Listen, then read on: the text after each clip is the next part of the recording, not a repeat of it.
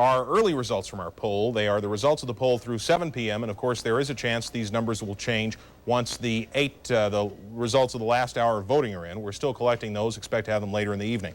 But the early indications are that Rudy Perpich has won his party's nomination for governor once again. We show him with a 21 percentage point lead over St. Paul Mayor George Latimer. On the independent Republican side, an even wider range, Cal Ludeman leading Jim Lindau 68 to 16% in our election poll. In the metro area of the state, Latimer winning over Perpich, much of that on the strength of his showing in Ramsey County, where he's done very well. In the non-Ramsey County part of the metro area, he's running about even with the governor. But outstate, Governor Perpich doing very well indeed, racking up a margin of better than 3-1 over the St. Paul mayor. And on the Iron Range and surrounding areas of northeastern Minnesota, Rudy Perpich doing very well, although not really that well over his total overall. Our poll shows that right now he's doing best in southeastern Minnesota, of all things. Of course, that's an area that doesn't have a lot of DFL voters. We'll be looking at some of the trends, especially that IR crossover factor, which does not seem to have been as large for George Latimer as he might have liked, later in the broadcast. Okay, thank you, Ellen, very much. That kind of news should be, well, it should bring some cheers over at Perpich headquarters at the Radisson Metrodome. Our Pat Kessler is standing by over there. Patrick, what's the mood? Good evening, Skip. The mood so far is celebratory, of course. We're with Tom Berg, Governor Rudy Perpich's campaign chairman. Tom, what do these numbers tell you? That we're very, very pleased. Why? Is there something you expected, didn't expect? What are the numbers? Well, we were hoping for a victory, obviously, but a 21-point margin was greater than I had thought. I was talking 10, 12 points during the day. The governor had said he expected to carry St. Paul and therefore Ramsey County. It looks like Latimer was carrying Ramsey County and the metro area. What does that look like to you? I haven't seen any actual numbers, a breakdown. All I've seen is what your poll is showing, that Latimer carried the metro area. Our polling picked that up about Friday or Saturday, that he was doing well in the metro area. What goes from here? If Rudy Perpich wins the DFL primary, what do you go from here? Well, then it's obviously right on to Cal Ludeman, it looks like, with your projection showing his victory. You seem to have a big hurdle in between there. You've got to draw some Latimer supporters if Rudy Perpich wins. Absolutely, and I hope that will come about. Again, I haven't seen any actual number yet. These projections look very good, but I would hope that the Latimer forces will rally around with Rudy. Tom Berg, final quick question. Give us in very few words how you feel tonight in a couple words. Very, very happy. There it is. I can't say it any better than that. Skip and Pat. Thanks, Pat. Thank you. We want to turn now to Latimer headquarters, of course, where Marcia Fleur is standing by, and get some reaction from that camp as well. Marcia? Well, you would be surprised. George Latimer just got up on that podium and gave a rousing speech to his supporters.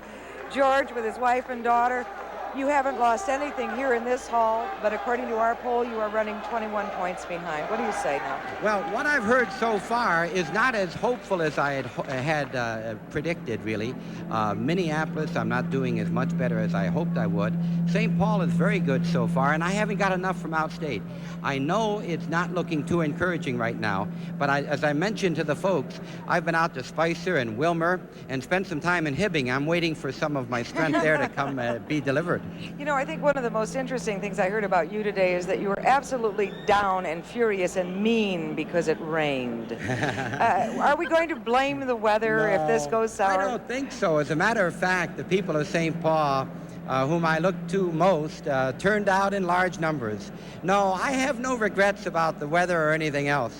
Do you have any regrets about deciding to step into this race? Oh, not a bit. Not a bit.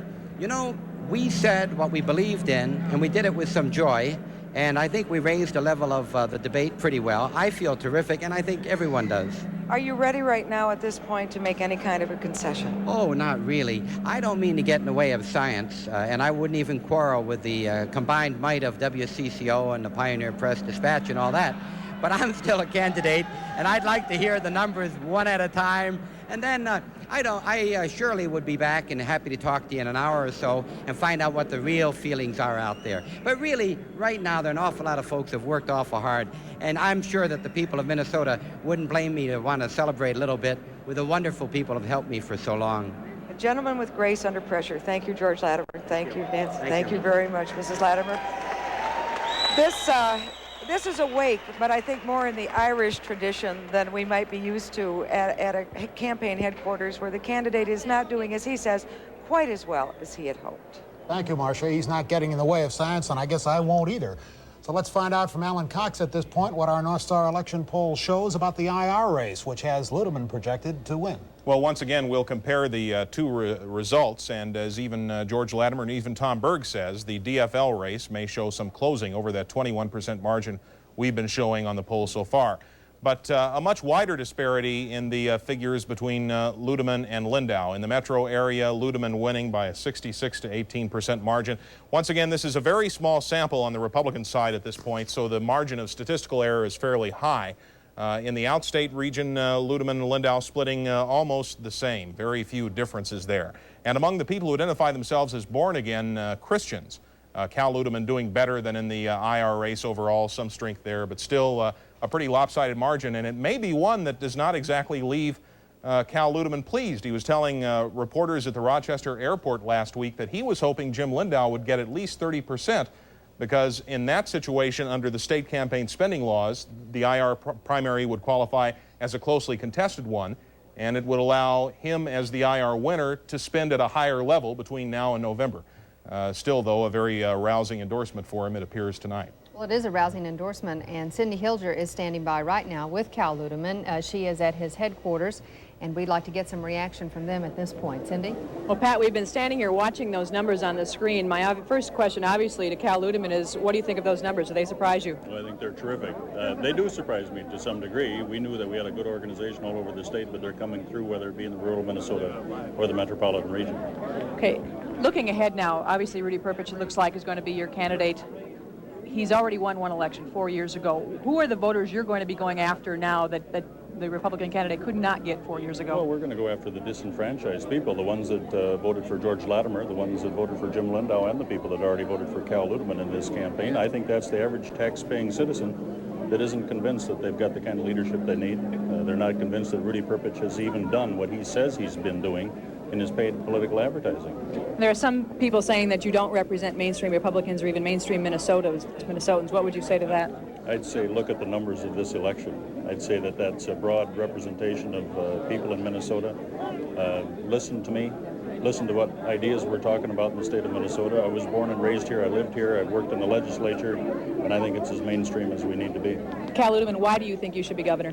Because I'll get the state government under control. I'll give people confidence that state government responds to their needs and isn't always so anxious to just create one more commission or spend taxpayers' money about everything with a patronizing attitude. We'll give respect to the office. We'll stay here in Minnesota and get the work done. Do you expect to hear from Jim Lindau soon? I don't know. That's up to Jim. I hope so. My arms are certainly open for him to help us in our campaign. There was talk that you would be campaigning with him tomorrow. Is that still on schedule? I'm not sure. I think there was a scheduled press conference, and I'm hopeful that Jim Lindau will join us. All right. Cal Ludeman, thank you very much. We're going to go back to you, Skip and Pat. Well, he's smiling despite the fact he may lose a little money for campaigning for the general election. That's right. The Tracy Farmer who began his campaign this year by driving around the state in a Ford Fiesta, I read. And well, we want to win. Yes, we want to check now on the returns that are in, with 14 of the over 4,000 precincts reporting. As you can see, it is a very tight race with these returns, with Governor Rudy Perpich at 45% and George Latimer at 43%. In the independent Republican race, Cal Ludeman with 63% of the vote, and James Lindau, the Bloomington mayor, with 25%. And the low man on the totem pole, as you just mentioned, is James Lindau, the Bloomington mayor, who cannot be a particularly happy man, and I would guess, Mike Strand, that the mood at Lindau headquarters is not one of elation. Pat, we're here at Lindau headquarters. The candidate has just arrived. We want to get your immediate reaction, Mayor, to the numbers which show you trailing Mr. Ludeman by 60 to 60%. Well, I see the numbers. They're not terribly good, but I understand we haven't heard from McIntosh and Foley yet, so the night isn't over. The numbers seem to indicate that you're trailing even further behind among those who consider themselves born-again Christians. Do you think that faction played any particular role in Well, I'm not going to comment on any of the factions until I see, first of all, the final tally and get it broken down. If the born-again Christians have been a major factor in determining the winner of this race, they should have been on my side. But we'll look at those numbers later. Besides the factions themselves, do you feel any issues played a key role in your particular campaign here, whether or not good or bad? Mega Mall, for example. I have no idea. Obviously, a lot of people have said the Mega Mall has played a role, but it's difficult for me to digest the possibility that many new jobs in this state would be negative. So I'm going to wait. I'll let you people tell me what happened after it's over. Are you surprised by this turnout? Well, obviously, I'm not terribly surprised. We believed from the beginning that if the turnout was something in the neighborhood of 25%, that the polls would probably be fairly accurate. I said from the beginning it would be difficult for us to win unless there was a big turnout.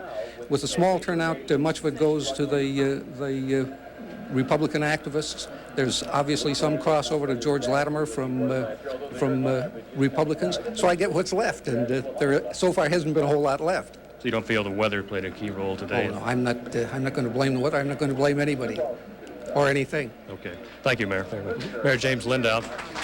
Appearing for the first time tonight is his campaign victory celebration, which has basically turned into something closer to a Irish wake, so we say. Back to you, Pat. At least there are 2 Irish wakes going on. It's not completely dead over there. It'll be interesting when it's all said and done or would be interesting to know what effect really the weather did have, because for a long period of time today, it was just rotten. Oh, yeah, it was almost impossible to get it. You have to wonder. I mean, Linda sat around for about 3 weeks looking for a lieutenant governor candidate right after the Independent Republican Convention and almost disappeared from view. There were rumors then that he was thinking about dropping out. That certainly hurt his campaign. And my guess is probably hurt him a heck of a lot more than the weather today did. I would think so as well. Well, we're going to return to Rudy Perpich headquarters and get a report now from Pat Kessler. Good evening, Pat. People are really beginning to file in here now. About an hour and a half ago, very few people in this room. The governor had said he would be here at about 7:30 tonight, but there were very few people other than reporters here. Now it appears people are coming, and the governor still may make an appearance here tonight. We, however, are with Secretary of State Joan Grow, who earlier this week and last week predicted a 25% turnout of voters today on primary day. Joan, how has it turned out today? Do you know yet? Well, I'm still hoping I'm wrong. We don't have any official reports this early in the evening. We do know that about the middle of the afternoon, 30% of the registered voters had already voted in Virginia. We know that North St. Paul, Maplewood, some of the St. Paul precincts were coming in fairly heavy. People called in later and said 50 to 100 more votes were cast in some of the Minneapolis precincts than had been cast before. What kind of an impact will the weather have on a race like this? Generally speaking, only those people who are truly committed are going to go out and vote when the weather is bad. If you've been sitting at home and you don't have a strong feeling, this may change your mind. Hopefully it didn't. Hopefully clearing up tonight, we saw more people go out. Now, we're told that up on the Iron Range it was a little more clear than it was here, yes. And the governor took the Iron Range, of course. It looks like George Latimer is taking the Twin Cities. How does that figure in? Well, traditionally, different areas of state vote in stronger numbers. The Iron Range traditionally turns out well for a primary election. All of northeastern Minnesota. Obviously, when the governor enjoys as much support up there as he does have, that's going to help him. People are predicting that the metropolitan area is more of a Latimer territory. If that's true, then he really needs to have people turn out in this metro area. Now, 25% of the vote is an awfully low percentage. It's one of the lowest we've had in at least a decade. It's low for a comparable election, and we hesitated to predict such a low number, but it was actually what we sensed was going to happen. Who did that help, a low turnout? I think a low turnout usually helps an incumbent. I think that one of the things that happens with a low turnout, it means that people aren't real excited. Okay. They aren't turned on. They're either satisfied with the incumbent or the status quo, and they don't go vote. Okay, Joan Grow, Secretary of State, thanks very much. Back to you, Skip and Pat. Thank you, Patrick. As you know, the man who doesn't seem to be there tonight is the governor himself, who happens to be winning big. He is over at the governor's mansion. We haven't seen him yet, at least at his headquarters. Trish Van Pilsen is standing over there in the rain. Trish, have you seen him at all? We saw him for just a few seconds, Pat and Skip. He's been here at the governor's mansion all evening. We have no idea why he's running behind schedule. He hasn't told us why he missed that scheduled appearance at DFL headquarters earlier in the evening. Last we heard he was having dinner with his wife. The few seconds we saw him is when he came out here and offered photographers and reporters who are camped out here some strudel and some hot coffee, but true to his word, he would not talk to us about the election. He promised he would not gloat, and in fact he isn't. Nor would he tell us, though, what his schedule for the rest of the evening is. He wouldn't tell us whether he would try to make a late appearance at DFL headquarters or whether he would just settle in here for the night and watch returns as they come in via the television. But we will be here in case he comes out, in case he decides he wants to talk to us, And I should mention that the strudel was very good and the hot coffee was appreciated because it is cold and wet out here. Skip and Pat. Well, I'm glad you're eating well, Trish. And you're holding up well as well. We'll be here. Thank you very much, Trish. We're going to be back with more of Campaign 86, the primaries, in just a moment.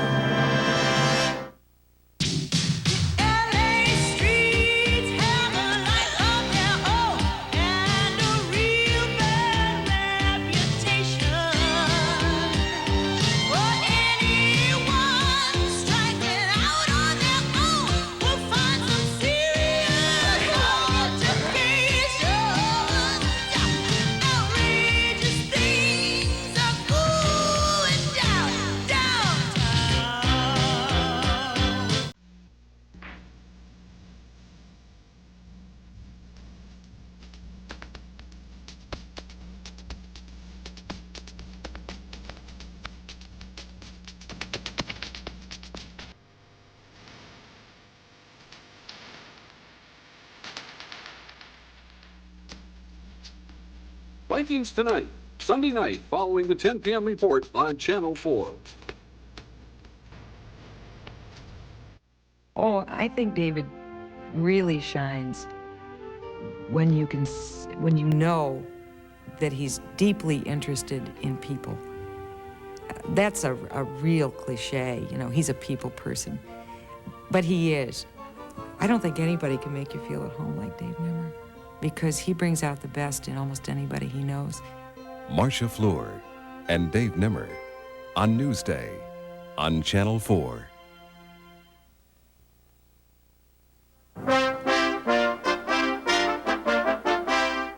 This is Campaign 86, the primary, reported by Pat Miles and Skip Loescher. The man with the information for us tonight is Alan Cox, who has been handling the results of our North Star election poll. Alan, not only who's winning and what is the Republican crossover, but how does this whole poll thing really work? Will, it's a sample of up to 1,000 voters that we'll be going through as the evening goes on. And the first results we have through it are as of 7 p.m. tonight. Still results waiting for one more hour. And as you can see, it shows a 21 percentage point lead for Rudy Perpich over George Latimer. That margin may close as we get the results from our poll from the final hour of voting. If you assume there are a lot of voters in the metro area who might tend to vote for George Latimer and who might be waiting to vote until after they got off work.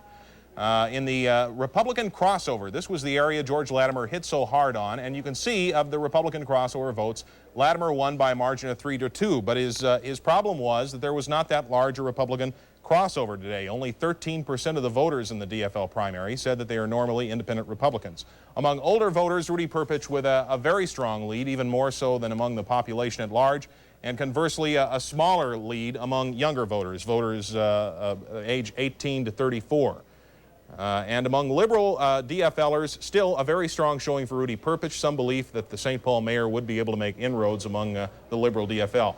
Problem for George Latimer is that the crossover, as you can see, just was not that significant a figure. Along with calculating the numbers in our poll, we also asked the people in our sample to make comments on the races.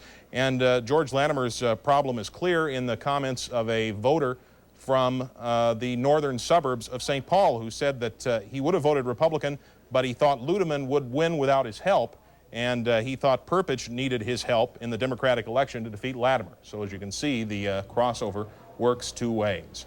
On the Republican side, the vote estimate still showing a substantial lead as of the voting completed by 7 p.m. tonight for Cal Ludeman.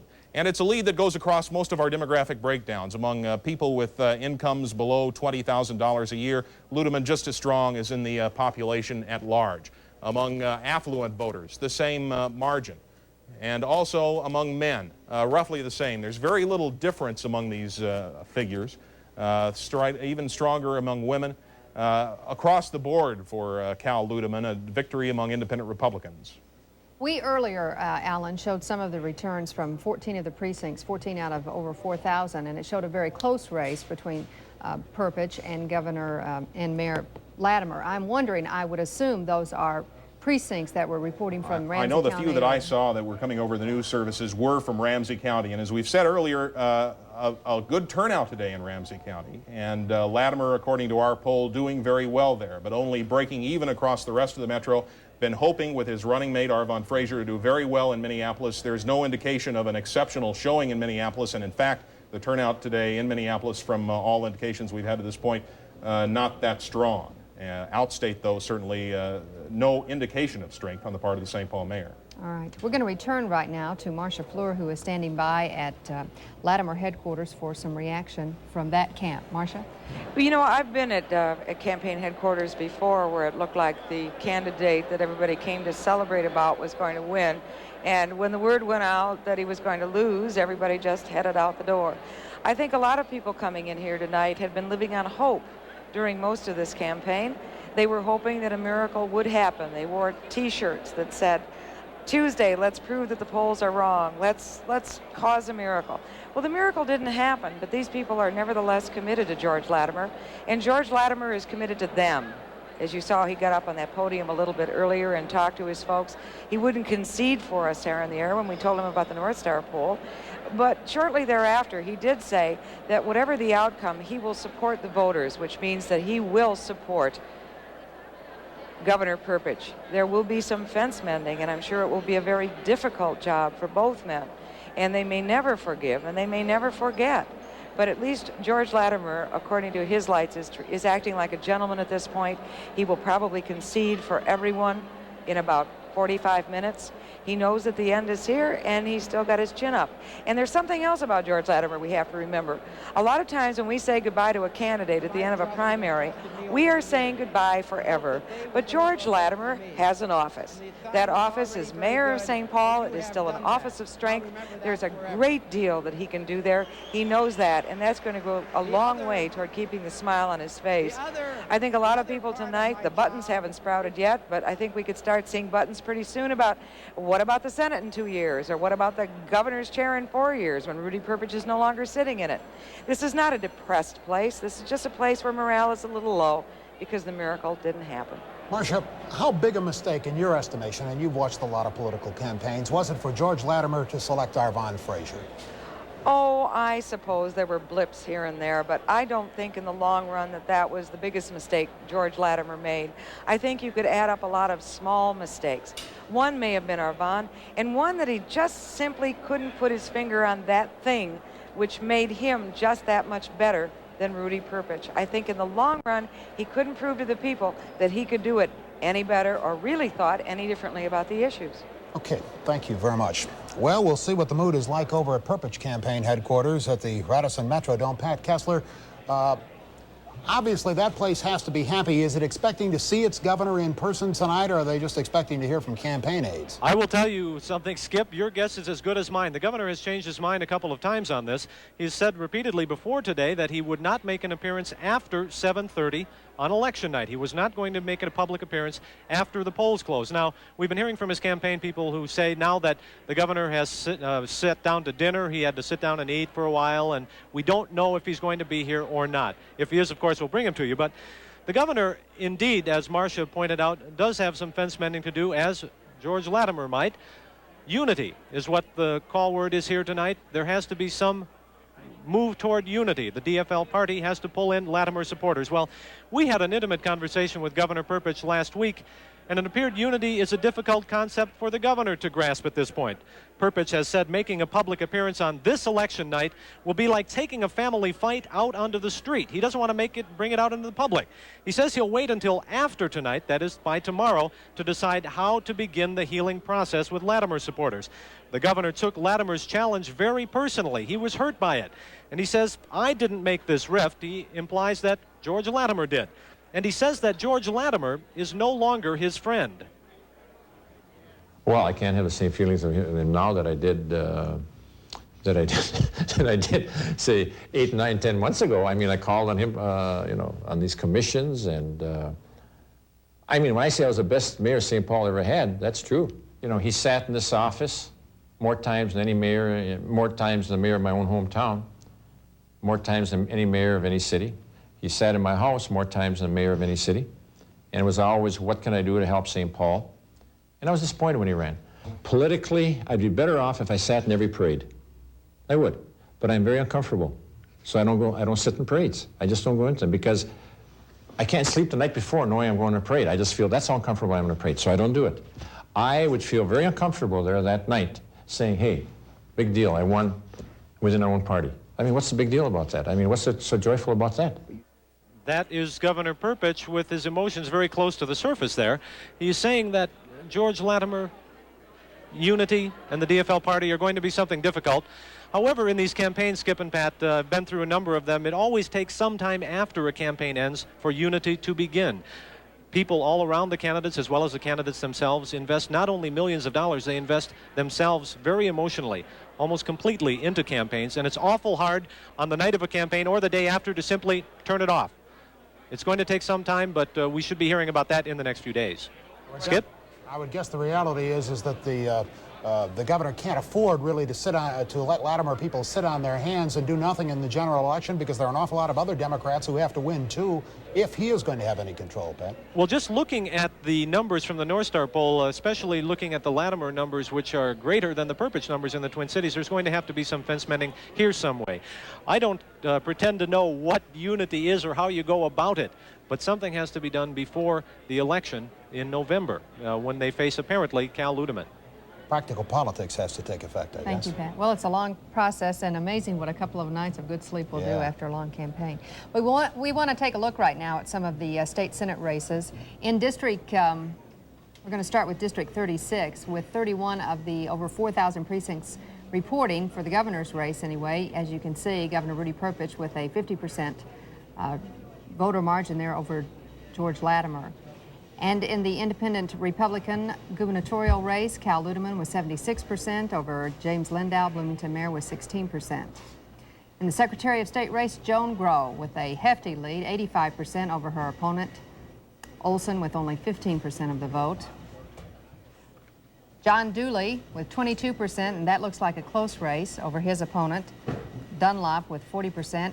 Mike McGrath, this was supposed to be a close race, and it looks as if it will be, over Matson, Bob Matson with 40%. Now that would be a big upset. And in the state treasurer's race, with only 8 of the 4,061 precincts, as you can see, John Considine with only 9%. In the state treasurer's race, Inga Bretson with 22% and John Drew with 33%. That again with only 8 of the precincts reporting. In the state treasurer's race, Drummond with 14% over John Steele with 7%. And in the state treasurer's race with 8 of the 4,000 precincts, John Carlson with 17% and Roger Jensen with 5%. Skip Humphrey, a resounding lead there, 82% with 18 of the 4,061 precincts over Falk with 5%. And Lewis Freeman with 56% over Anderson with just 43%, but again, only 8 of the precincts reporting there. And that makes it pretty tough, really, to draw any real conclusions from the vote results at this point. So our North Star election poll can give us one whale of a lot more information, and Alan Cox will be back to join us with that information in just a moment.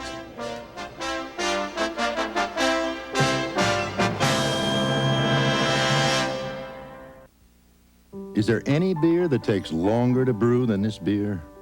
Come to think of it, there is. Heilemann Special Export. Fall right into Famous Footwear for the name brand's most choices, best prices. Buy 2 pair women's shoes, get a $20 leather clutch free. Now at Famous Footwear. This fall, they're single. That's our number 2. Here I am. Innovative. I look a lot like Billy D. Williams, and I don't look a whole lot like Shirley Temple. And very, very creative. We put the soles of our feet together after I licked them. This is courtship in America. You're beautiful. I don't know.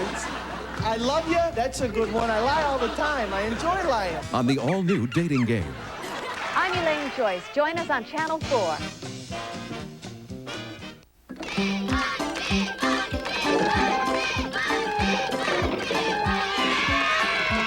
Okay, Joey, this is for the car. It's Front Spot Run. That's the winner.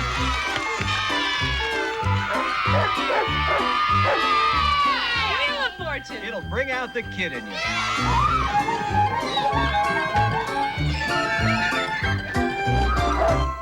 Baby Wee Jesse won our hearts in his quest for a new heart, his first television appearance. Next on Donahue from Los Angeles. Donahue, Wednesday morning at 8 on Channel 4.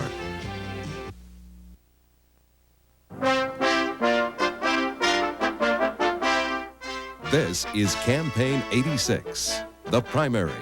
Reported by Pat Miles and Skip Lozier. When you think about polls on Election Day, I guess you think of exit polling, the kind of thing for which all three of the major networks, actually four if you include the other one, do most elections and have been resoundingly criticized for. The kind of projections or polling that we are doing today is not quite that. In fact, it's very different in some ways. Alan Cox, can you give us a rundown on how it differs from exit polling? We'll try to, Skip. Today's survey, like the North Star polls all through the campaign, is a joint effort of WCCO television and radio and the St. Paul Pioneer Press and Dispatch. And today, the efforts of dozens of interviewers.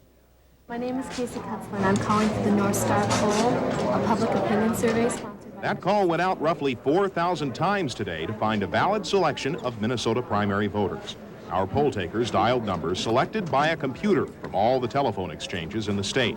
Picking numbers at random assures that the pollsters will reach unlisted numbers as well as listed. It also means the callers never know the names of the voters they question. Would you say that you have been very interested, somewhat interested, or not very interested in the following political campaigns? Of course, the $64 question is, whom did you vote for? But the final vote count will be available in a few hours anyway. What the North Star poll can tell is what the official figures can only hint. How would you rate Rudy Perpich's performance as governor? Our survey asks voters their views on issues raised in the campaign. Comparing those numbers with the voters' choices could show the candidate's strengths and weaknesses. Dealing with the problems of farmers. We'll also be counting voters who identify with one party but vote in the primary of the other, voters rich and poor, young and old, even voters who make up their minds at the last minute. And now the results of some of those questionings. Once again, these are early figures. It does not count the last hour of voting tonight in Minnesota. It shows a substantial lead for Rudy Perpich, 21 percentage points over George Latimer. The final result may be closer. And on the independent Republican side, Cal Ludeman with a very substantial lead over Bloomington Mayor James Lindau. Some of the questions now that we collate by asking people about themselves and then compare that with how they voted. Among DFL primary voters who said that they are born-again Christians, Rudy Perpich a wider margin than he actually got from our entire sample. A substantial lead, better than 2-1 over George Latimer. Among Democrats who said they made less than $20,000 a year, Rudy Perpich doing very strongly among that group. Among Democrats making over $20,000, a bit more strength for George Latimer, but still trailing according to that division of the numbers. And later on, we'll be looking at some of the other figures coming up in the polls, some of the independent Republican results. One of the interesting points on the DFL side, Skip and Pat, we asked the voters, when did you make up your mind in this race? Did you make it up during the last week or even today as you were at in the polling place? And we were trying to gauge how effective these last-minute nearly, what should I say? I was about to say multi-million-dollar, multi-$100,000 campaign commercial blitzes that the two DFL candidates had this weekend. And we showed there was very little difference among the DFLers in how they voted depending on when they decided. About a quarter of our sample said they didn't make up their mind until the last week of the election. And once again, it was basically Perpich 58%, Latimer 38%, no matter whether you decided early or decided late. One of the interesting things about the North Star poll is that both of the candidates, of course the governor and Cal Ludeman, were both endorsed candidates, and that has been a question throughout this primary campaign. Does the endorsement really mean that much? Pat Kessler is standing by right now at headquarters, DFL headquarters. I wonder if we could put that question to you, Pat. Yes, you can, and I'm sure we can also put it to the DFL chairwoman here at the Radisson Metrodome, where it is DFL headquarters. The room is filling up more and more and more. We now hear that Governor Rudy Perpich will make an appearance here tonight. However, we don't know exactly what time. It could be around 10 o'clock. We are here with the chair of the DFL party, Ruth Essela, to talk about the endorsement system. You saw some of the numbers, Ruth. It looks like Rudy Perpich and Cal Ludeman both will win their respective primaries. What does that say about the endorsement system? I think that's a resounding victory for the endorsement system. Both major political parties looks like their candidates are winning by large margins, and it shows that the endorsement system has some value. Obviously, the voters thought so. We think so. We're very pleased about it. Ruth, this might be the first time in a number of years that it has had a value. If it does, it's been at least a decade before an endorsed candidate has won a statewide race. What's different this year? Well, I think that we worked very hard with it. You have to remember, 1984, Joan Grow won the primary challenge by Bob Madsen for the state's U.S. Senate. And so I think that it's, you win some, you lose some, but we won a big one tonight. We're very happy about it. Why is the DFL party and the Republican Party trying to talk about the endorsement system? What is wrong with the endorsement system? Well, we see that there needs to be changes. It needs to be fine-tuned a little bit. There's all kinds of things that need to be looked at with it, and we're keeping those options open, but certainly tonight makes us feel very good about it. All right, Governor Perpich is the endorsed candidate. He had to spend nearly $1 million to defeat an unendorsed candidate. How is that going to help or hurt you? Well, certainly it doesn't help going into a general election when you spend a lot of money going after someone in your own party rather than going against your opponent. But you raise the money that you need to afterwards. All right, I'm going to wrap this up very quickly, but I have one question to ask you. What about party unity? How are you going to get some of these George Latimer people? Well, there's going to be a lot of phone calls made within the next couple of days, and you work on getting people on board. It's very emotional going through a campaign. You give them time to recover a little bit, and then we try and get things back together. All right, Ruth Thesela appears confident. During the next couple days, we'll see how the unity process begins. Skip and Pat? Okay, thanks very much, Patrick. Well, if there is one man for whom the endorsement system simply didn't work at all, and he is standing by, that was the last time around, as a matter of fact, he is standing by with Marcia Fleur. Marcia? Of course, we're talking about Warren Spanis. Warren, you were on the other end of this process a few years ago. You were the endorsed candidate, and Rudy Perpich came in and challenged you, and this time you're helping George Latimer. What do you think of the endorsement process? Well, I think the endorsement process is obviously working pretty well tonight, but at the same time, I think that George Latimer was one person that could have disrupted it somewhat. Are you surprised? Are you very, very surprised at the big numbers that seem to be rolled up for the endorsed candidate, for Perpich? That Governor Perpich rolled up? Well, again, I think it's a little bit early yet for anybody to judge the election. I've seen some of the early figures, but I kind of long for the good old days when we used to sit around the radio or the television and kind of squeeze out the votes at 1 or 2 o'clock in the morning, and all this electronic predictions. I'm not quite sure that it's exactly correct. I always think, well, maybe the computers made a mistake. They always seem to make a mistake when they're working on my bills at some department store.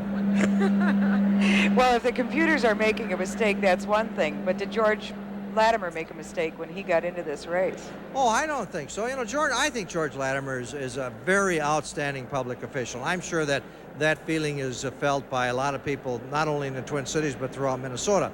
And he felt he had a message to bring to the people. He thought that they felt very strongly that there needed to be some changes in state government, and I don't think he'd do a thing differently if he had it to do over. So I don't think he made a mistake. Thank you very much. Thank you very much. Warren Spanis. Nobody knows the feeling of this night, I think, better than Warren Spanis. Thank you very much. Clearly, Marcia, thank you very much. Say hello to him for me. I haven't seen him in a number of years, as a matter of fact. Let's go over to Cindy Hilger now, who's standing by at Ludeman headquarters. Cindy, how about the endorsement system over there? They should be pleased. You bet they are. In fact, we are standing here right now with Leanne Oysted, the head of the Republican Party. Leanne, we're talking about the endorsement process. How important was the endorsement to Cal Ludeman? I think it's extremely important. The endorsement brought with it volunteers throughout the state of Minnesota. It brought the party resources. It brought money. It just means a whole lot in this entire process. So we really haven't had problems with our endorsement system on the Republican side, except in 1982. And that was a situation where the state party, many of the state party leaders were supporting the non-endorsed candidate at that particular time. Could Cal Ludeman have won this primary without the endorsement? I don't believe so. I think he needed the endorsement. Cal recognized that. He worked hard for it, and he deserved it. And having received that endorsement, he's now gained the momentum needed to win in November. He's won a smashing victory here in the primary. A lot of people were predicting in June, at the time of the convention, that Jim Lindo would make a significant difference in this election race, and it just hasn't happened. How would this race have been different had David Jennings not decided to drop out? Well, I don't think that was ever a question. Dave Jennings is a party person. Dave Jennings indicated when he got into the race that he would abide by the endorsement process. So I don't think that was even a question at any particular point. All right. If David gotten into the race, I still believe that Cal, having received the endorsement, would have won the primary at this time. Okay, very good. Leon Oistad, thank you very much. Back to you, Pat and Skip. Thank you, Cindy. We want to update you now on the latest returns coming in from the governor's race. Let's take a look. With 37 now of the precincts reporting, as you can see, Governor Rudy Perpich with the 53% lead, George Latimer with 45% of the votes that are in, that have been cast and counted. In the independent Republican race with 37% of the precincts, Cal Ludeman again with 74% of the vote cast so far, and James Lindow with 16%. Let's go back over to Latimer headquarters now. Marcia Fleur, I understand you have some different numbers, or those folks have some numbers that don't quite jibe with what we've been hearing? I'm sorry. Hi, Marcia. Listen, I was talking to one of the major number crunchers for the Latimer campaign and got back under this headset just in time. What I am hearing is they are not going to concede anything yet. They're back in a room working on their own numbers. They said it is true that Latimer is getting in St. Paul just about what Warren Spanis did a few years ago, but what they're hearing from outstate is that there is a 40% increase that Latimer is getting over what Warren Spanis got, and they are far from going to concede at this point. George Latimer is expected to come out here in a few minutes, probably sometime before the 10 o'clock news, and talk to his supporters and say, cancel all previous messages because we're going to hang on. Earlier in the evening, one of his campaign workers told me that if he were going to lose, they were going to know at 8:01, and if he was going to win, they were going to know at 3 o'clock in the morning. Oh, goodness. Oh, goodness. I'll give it back to you. No. I'll give it back to you guys with that. Somehow I think they're being a little overly optimistic, but we'll see. It could prove interesting. Thank you, Marcia. Well, there are some interesting races going on in places other than Minnesota tonight. One of them just across the border in Wisconsin in the GOP gubernatorial primary with only 7 precincts reporting now. Tommy Thompson, the state representative, the veteran from Elroy, Wisconsin, with a commanding lead over Jonathan Berry, the Madison County executive. Watts has 28%. He wasn't expected to figure quite that high, but again, there are very few votes in right now. And Ortez with a flat 0 at this point. And none of the precincts reported. Yeah. Well, we have Trish Van Pilsen standing by at the governor's mansion, waiting, we hope, for the governor to appear and make some statement. Has he appeared so far, Trish? He hasn't. In fact, we haven't seen him at all since he poked his head out just a couple of hours ago.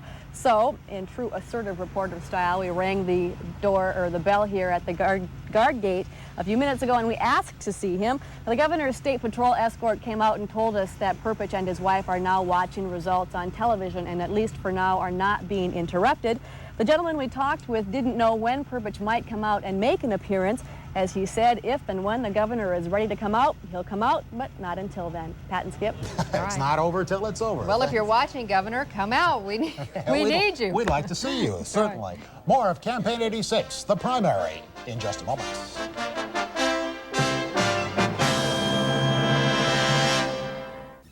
Dear Project Lifesaver, I always considered myself an excellent driver and just didn't give seatbelts too much thought. But I changed after seeing your recent program. I became a user. And then yesterday, I was hit by a vehicle running a red light. I would have been severely injured if I had not been wearing my seatbelt. I struggle to find the words to convey to all of you the gratitude I feel. Thank you all. Who'll give, who'll take? Clues and categories. Hey! And all that easy money. It's an easy game. When celebrities play the Pyramid weekdays. Then it's twice the trivia. Terrific. A double dose of winning, losing, and loving. What's love? What has what love got to do with it? Either way, you were going to be correct. When Alex Trebek brings you Jeopardy in the morning. Way to go. Jeopardy, weekdays after the Pyramid. And at 4 on Channel 4.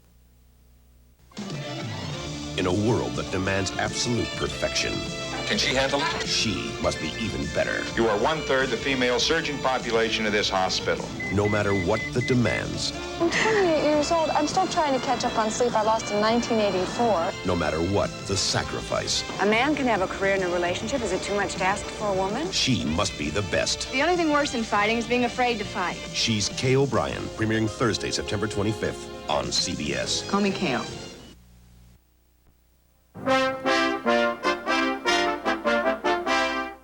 This is Campaign 86, the primary. Reported by Pat Miles and Skip Lozier. Rudy Perpich and Cal Ludeman with wide leads, according to our North Star election poll. But Alan Cox, do they hold that same commanding wide sweep when you start talking about some issues? There are some variations, Skip, but all in all, the endorsed candidates had a very good outing tonight. They won virtually among all divisions of the voters, however you divide them up. Once again, here's our result in the North Star poll as of 7 p.m. It shows Rudy Perpich with a 21 percentage point lead over George Latimer. And on the IR side, the endorsed candidate Cal Ludeman with a very substantial lead over Jim Lindow. If you line up some of the considerations that we can pull out of our North Star poll, you see Rudy Perpich's win among different types of voters was very widespread. Only among independent Republicans who crossed over and voted in the DFL primary did George Latimer have some success. Skip and Pat, back to you. Okay, let's go over to St. Paul now, where George Latimer, and Arvon Frazier are apparently making an appearance. You'll all make me cry.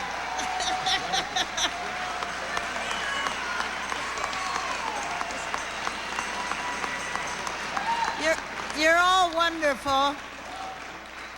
There they are, up on the podium. I've been through lots of campaigns. Of course, this one George isn't Latimer over has been yet. taking all of the So ballots just far. wait. So he just brought his running mate up on the stage. Of course, that is Arvon Frazier, who many have said has been the woman behind the man over in Minneapolis, and now she's been the woman behind the man over here in St. Paul.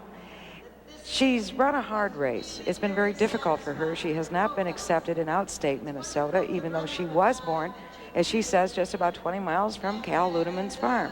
Let's hear what she's saying to the crowd. No matter what happens tonight, you're going to hear a lot more from this guy in the future. Thanks very much. Thank you very much. Thank you. Thank you.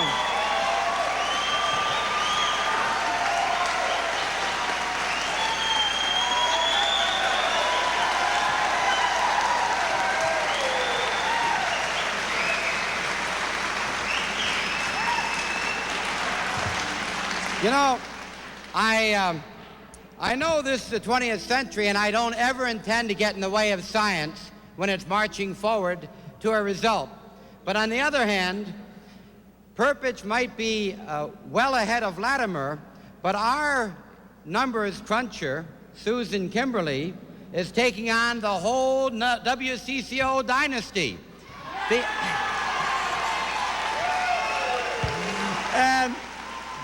And I really want to report the facts to you, but there are some very funny facts occurring. For example, in one city, we are running just as well as Warren Spanis, but in one city, 40% more people voted than anywhere else. In that city, Latimer and Arvon Skelton Frazier are coming out of that city with all the precincts in with an 18,000 vote lead. That city happens to be St. Paul. Now,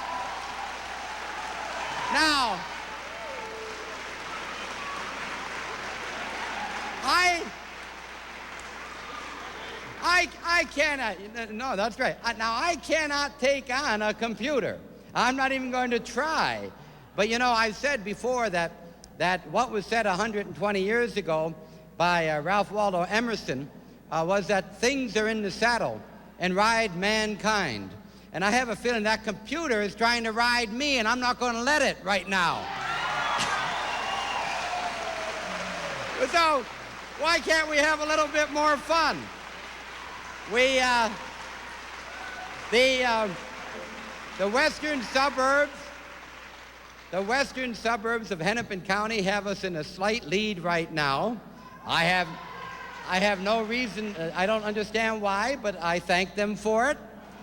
And I don't know who is gumming up the works in Duluth, but their polls have closed, but they can't get the votes out of them yet, so I don't know what the computer is doing with the votes in Duluth, because they're not in yet. Now, I don't want wish any bad luck to that machine in Duluth. But you know, if the weather gets real bad and the gale comes over the lake, who knows? All of All of which is by way of saying that Warren Spanis and I both talked about the fun it was when we were kids and we used to be able to stay up and count the votes. Oh, we went ahead by 10 over in that precinct and we lost 5 more. We might be there again. So why don't you just enjoy yourself a while? I promise to report to you as accurately as I can our figures. I don't think you would want us to be at this early hour dominated by a computer owned by anyone. And so let's hang in there. Have a good time. You've all worked too hard and too long to give up now. We'll be back later. We'll be back.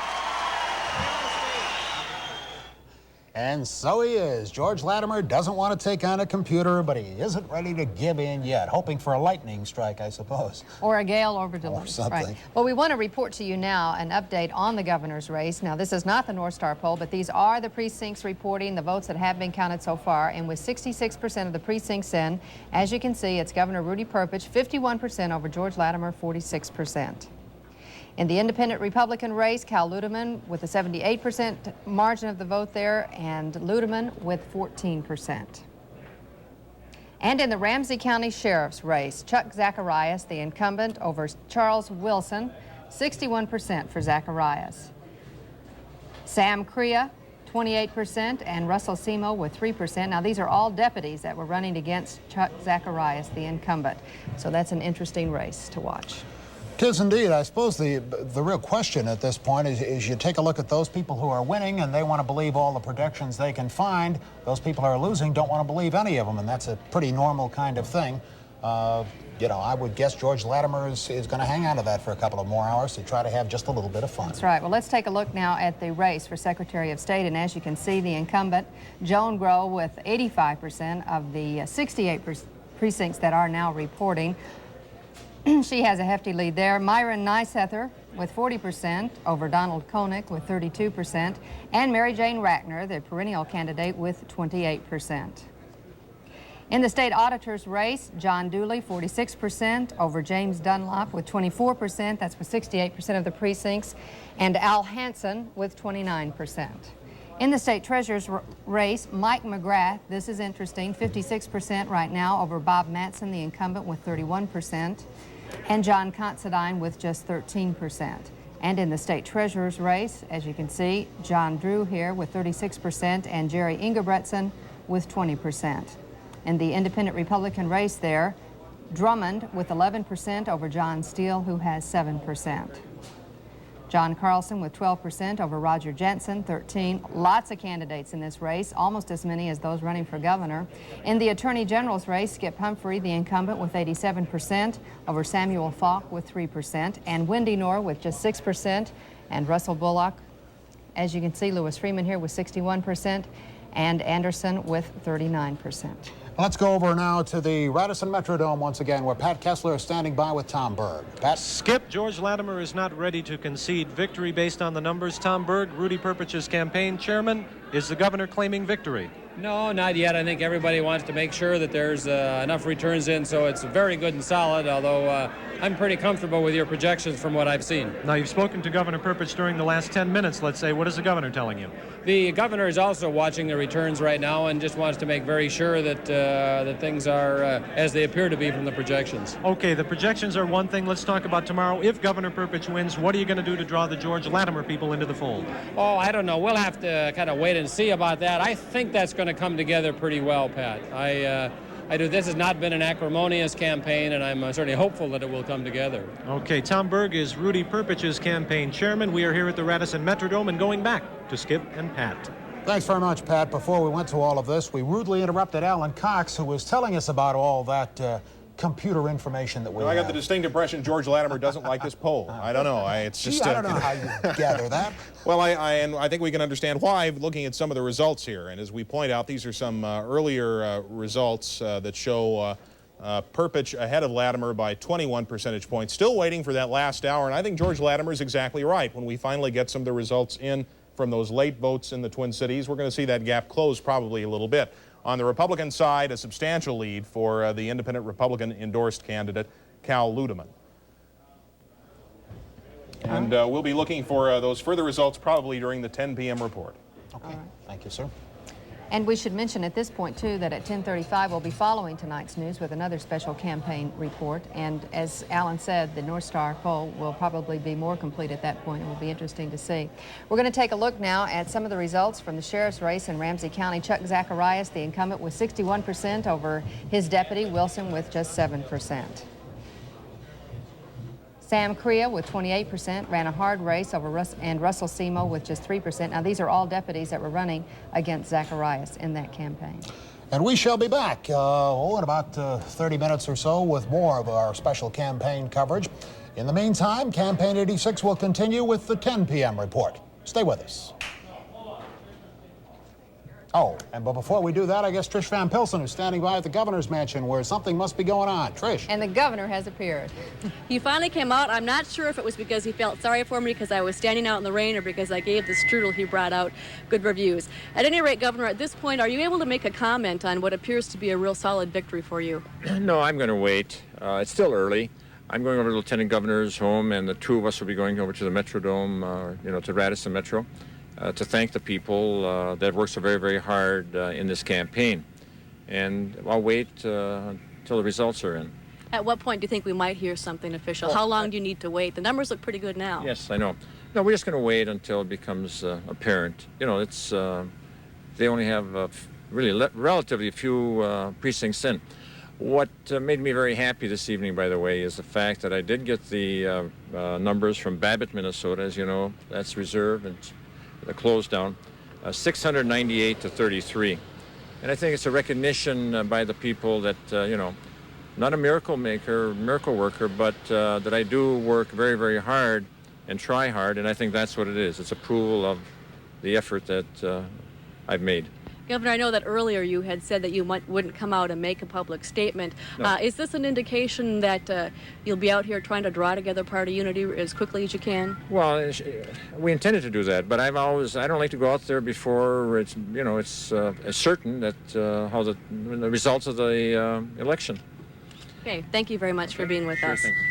Pat and Skip, we've just heard from the governor, who for the first time has come out.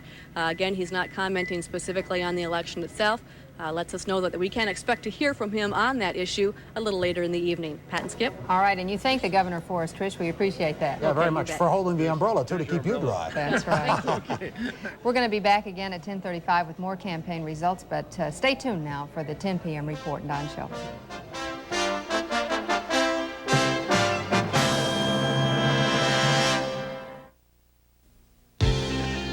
It's Dairy Queen, an American original, with another coast-to-coast hit, the Queen's Choice Big Scoop. It's the Queen's Choice Big Scoop Cone, a full quarter-pound of luscious hand-dipped hard ice cream, flavored with a Heat or Butterfinger bar, Whoppers candy. The list goes on. The quarter-pound Big Scoop, only at Dairy Queen, an American original. We treat you right. Mom? It's Susie. You know how you always said you get what you pay for? Wrong. I found a fruit juice drink as good as yours that costs less. I know, you'll say nothing's as good as Ocean Spray. It is Ocean Spray. Liquid concentrate. Just pour and add water. Same fresh fruit taste, still no preservatives, and it costs less than your Ocean Spray, so now we drink even more. Mom, your little Susie's getting more than she's paying for. New liquid concentrate. It's good for you, America, from Ocean Spray. Well, what can we do for you? My name is John, and I'd like to apply. When you go to some banks to borrow money, the way you're treated is almost criminal. What do you want the money for? Well, I'd like to buy a... What makes you think we should give you the money?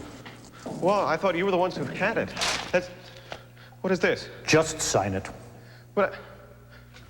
Escape to TCF. We'll give you an answer within 8 hours on all kinds of loans. How long will it take? We'll get back to you.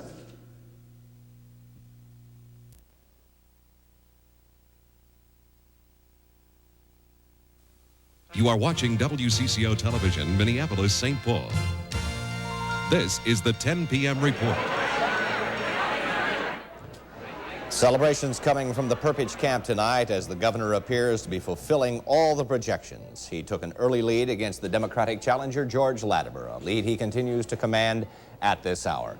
Good evening, everyone. Thank you very much for joining us on this Primary Tuesday. We'll be bringing you the latest information on the voting in Minnesota and elsewhere.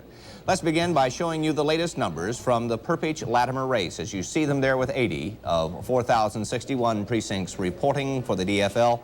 With 11,734 votes and 51% so far, Governor Perpich in the lead. George Latimer, the contender, trails.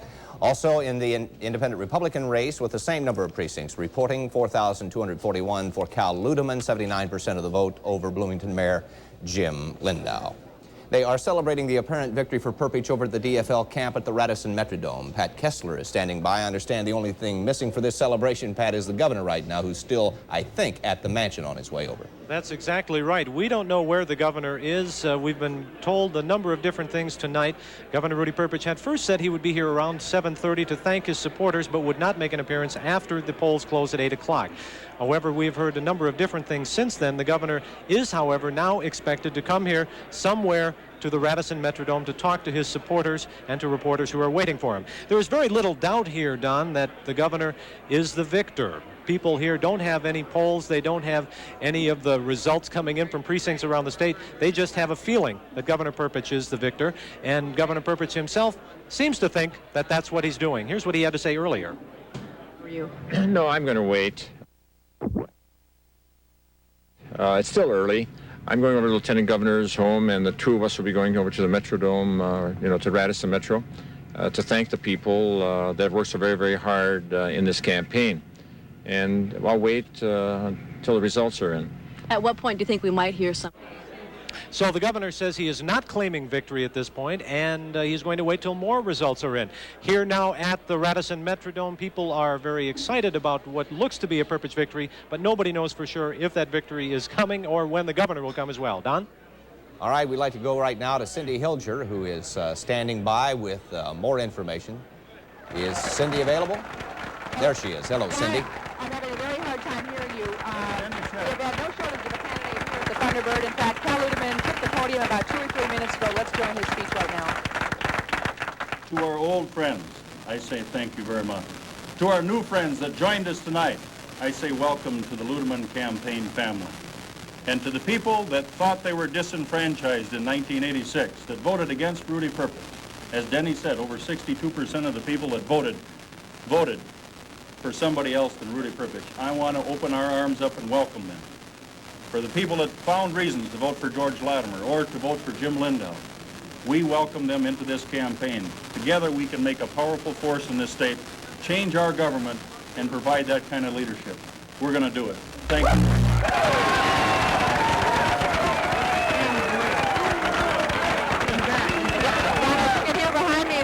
It's a very excited crowd tonight. They're very excited about the victory.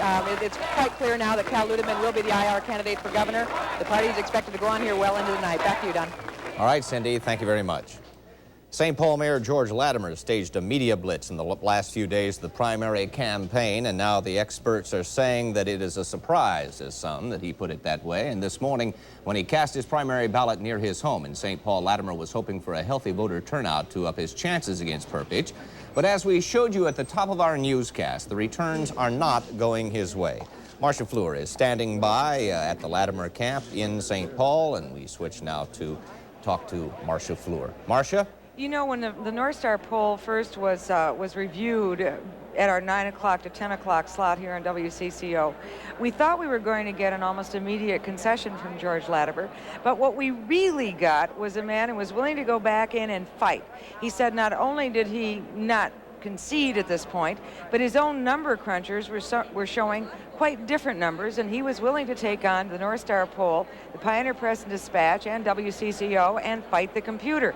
If he's going to concede, it isn't going to be very soon. So if Governor Perpich plans to go over to the Radisson Metrodome to make some sort of a wonderful speech, he's going to have to wait for George Latimer to decide that the numbers are really there. Right now, he simply hasn't given up hope, and everybody here in this building is certainly just looking forward to the next time George gets up and gives a pep talk.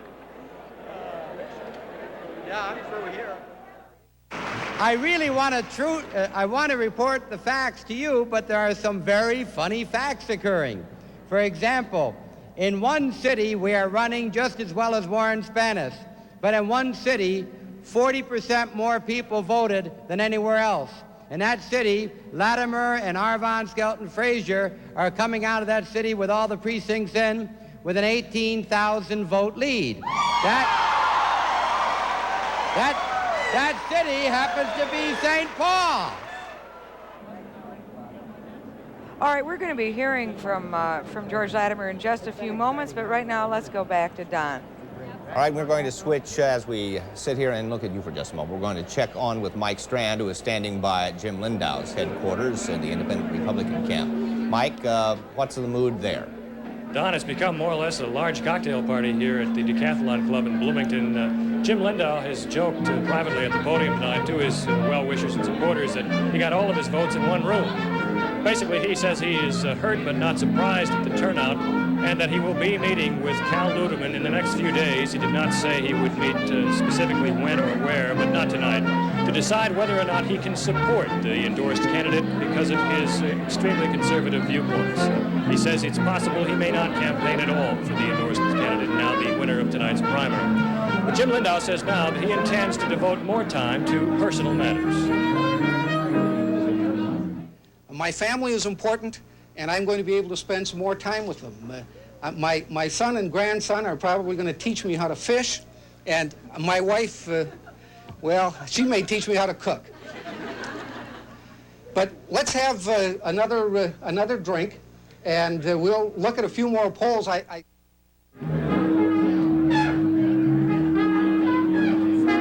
Well, as you can see right now, people are enjoying themselves, basically over cocktails, wine, and enjoying the music here. But Jim Lindau said tonight that he feels that to have gotten the moderate vote or the moderate support, he thought it would have taken about $1 million to get his campaign under fire. So we've probably not seen the last of him, he says, but he's probably not going to be not very involved with the campaign from here on out. Don and Pat? All right, thank you very much, Mike. We're going to go right back to Marcia Fleur, who has managed to pull together the candidate there for a conversation. Go ahead, Marcia. Mayor Latimer, you don't like those poll numbers. Tell me what you don't like about them. Oh, I don't know that they're wrong. What I am saying is that we have people working hard to bring the right numbers. And the numbers are, right now, the hard numbers, and everyone agrees on this, is that Rudy Perpich is ahead of George Latimer by 4 percentage points. Oh, not 21 percentage points. No, not the hard numbers. You've been working with projections for so long that you're ignoring the vote counts. Duluth hasn't even been counted. The machines have broken down. Candy Ojai County, I don't know how I did there, but I love it. I've been there for about 12 times. I know St. Paul had a 40% increase in the turnout, and I came out of that city 18,000 ahead. And that's very encouraging, and I'm very grateful for that. So I really don't want to be dominated by a computer, although I'm not a scientist, as I said before. Our numbers right now leave me some hope. Obviously, we're underdogs, and we know that. So you're not going to say that you see yourself a winner either at this point? Oh, of course not. No, I'm an optimist, but I'm not crazy. You're also a realist, and if the figures do follow the line of the polls, what happens to George Latimer tomorrow when he's no longer a candidate? Life goes on after candidacy. Those of us who care about public policy, about people, about making a difference in society, there are many things that we can do, many things that I'll do, plus being the mayor of the greatest city of America. Thank you very much, Mayor George Latimer. Back to you, Don. All right, thank you very much, Marcia, and to George Latimer. Now, we'd like to take a moment to look at some of the latest results on the front runners in the Minnesota's 4 constitutional offices. Let's take a look at them now, starting with the Attorney General's office, with Skip Humphrey garnering 87% of the vote over Falk with 3%, 305 votes. Freeman, 61%, Anderson, 39% of the vote in the independent Republican race for Secretary of State. Joan Grow, the incumbent, 85%. Olson, 15% of the vote there with 68 precincts reporting. Nice Heather, 40% in the independent Republican Secretary of State race, and Koenig at 32%. In the state auditor's race, Dooley has pulled 44% of the votes with 71 precincts reporting in the DFL primary over Dunlap with 2,958 and 23% of the vote.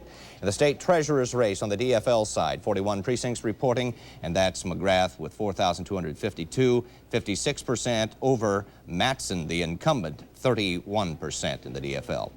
Over on the IR side, in the state treasurer's race, Drew, 685 votes. He has 36% over Engebretsen's 376 and 20% of the vote. The voter turnout was low across most parts of Minnesota today. State officials had been projecting a 25% turnout, but most places didn't even reach that, except in St. Paul. Minneapolis precincts are reporting a 23% turnout throughout the day. The latest spot checks in St. Paul, 20%. Outstate voting ranged from light in Duluth to very good in the Austin areas. We see on the screen there some of the percentages of turnout. Light in Duluth, good in Austin. Now, coming up next on the Tuesday 10 p.m. report, we're going to take a closer look at Minnesota voters and some of the trends turning up at the polling place. That plus more returns. So please stay with us as our primary night coverage continues.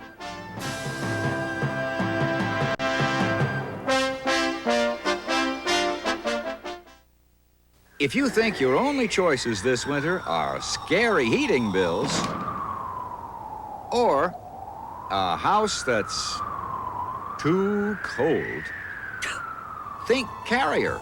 Carrier has the new high-efficiency gas furnace you need to cut down those big bills. Buy now with no payments or interest charges till spring. Check your Yellow Pages or newspaper for the Carrier dealer nearest you. This is Charlie Boone. And I'm Rod Erickson. And join Charlie and me weekday mornings on CCO Radio from 8 to 10 for the Boone Erickson Show. We have the bits, the skits, and special guests. Including tomorrow morning at 9, actress Debbie Reynolds. Debbie Reynolds? Debbie Reynolds. Maybe she'll sing Singing in the Rain. Maybe she will. Join us at 830 WCCO Real Radio.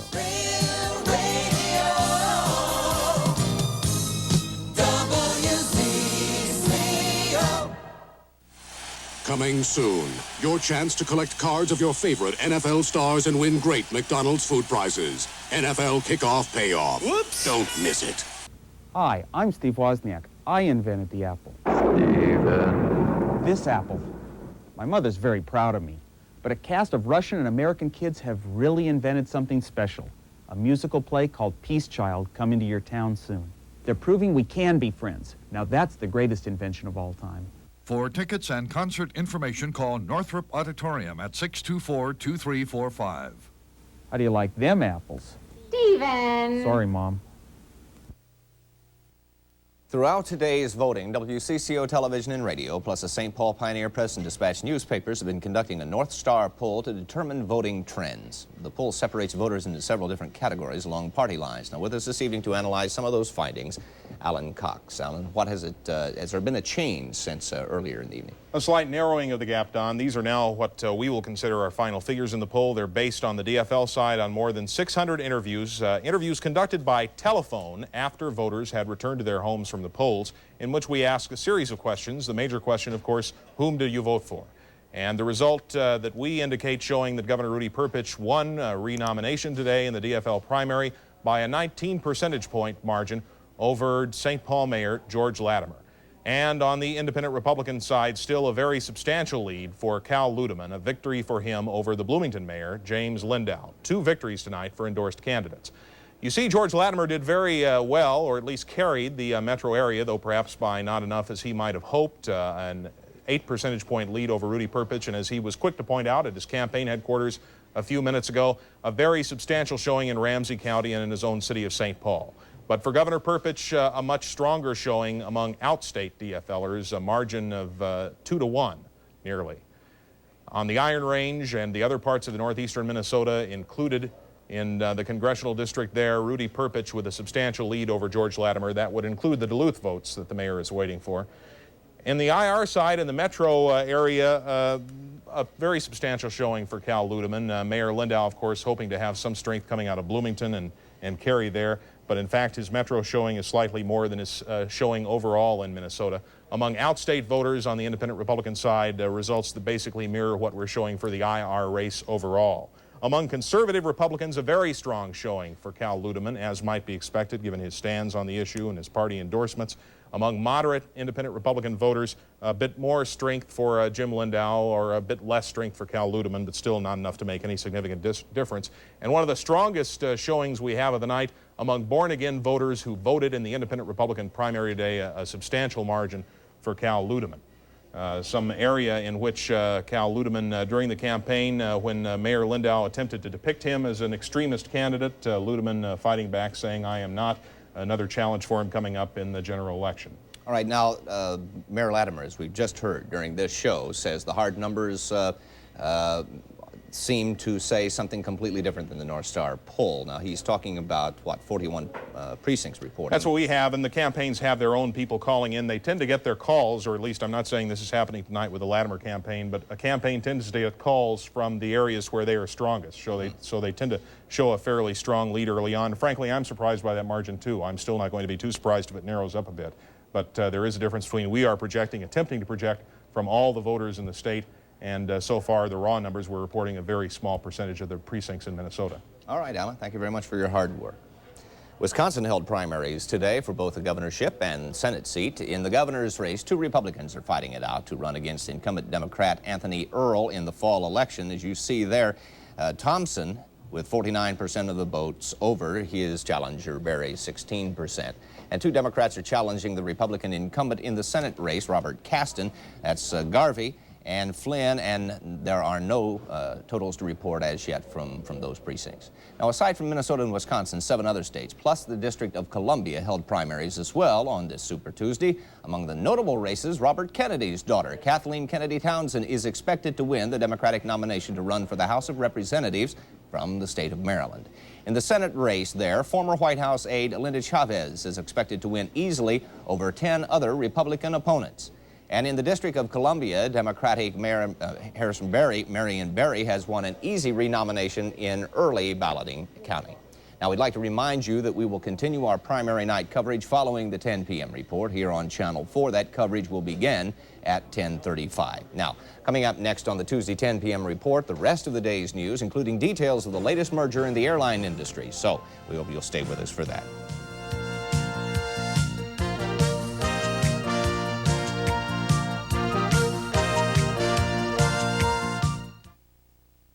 Magic 108, now with a new rich stereo signal. All music, all memories, and less talk. Turn your FM dial up to 108. Miller High Life presents the Northwest Hunting Show, Thursday, September 11th through Sunday the 14th at the St. Paul Civic Center. Everything for the hunter, all under one roof. Don't miss it. Baby Jesse won our hearts in his quest for a new heart, his first television appearance. Next on Donahue from Los Angeles. Donahue, Wednesday morning at 8 on Channel 4. This fall, they're single. That's our number 2. Here I am. Innovative. I look a lot like Billy D. Williams, and I don't look a whole lot like Shirley Temple. And very, very creative. We put the soles of our feet together after I licked them. This is courtship in America. You're beautiful. I don't know. I love you. That's a good one. I lie all the time. I enjoy lying. On the all-new dating game. I'm Elaine Joyce. Join us on Channel 4.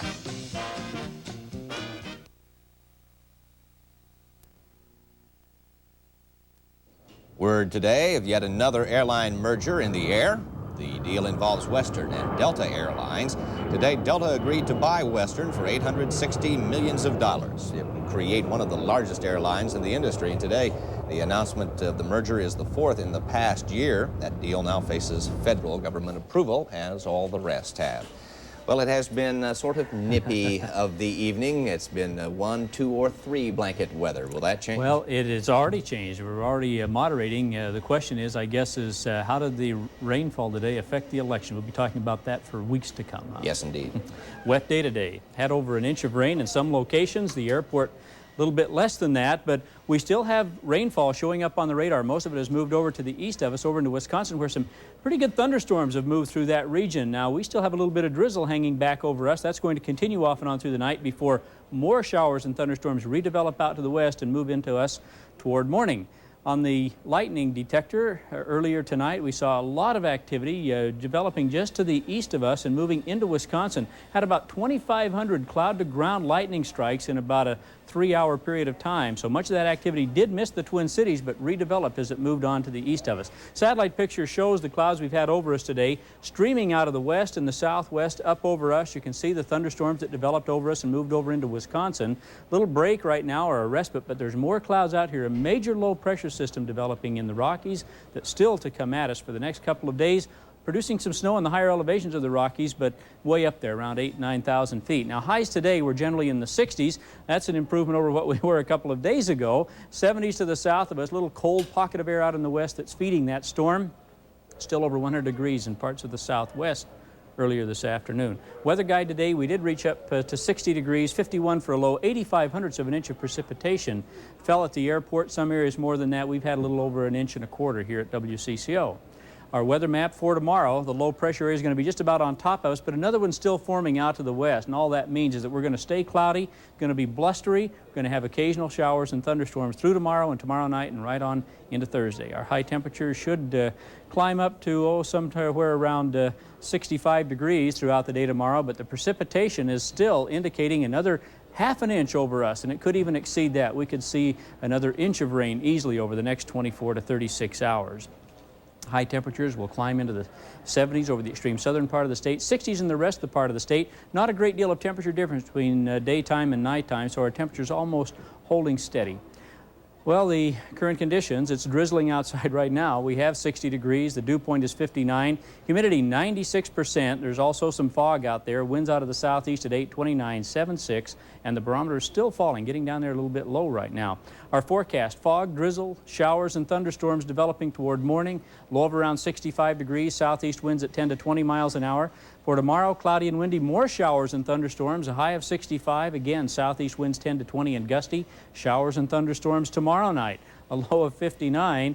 And for Thursday, cloudy with showers and thunderstorms, 65. Any break? Well, yeah, the extended outlook does at least bring some partial clearing in here on Friday. Clouding back up again on Saturday with another chance of some showers on Sunday as we warm out of the mid-60s up to around 70. But no frost in the forecast.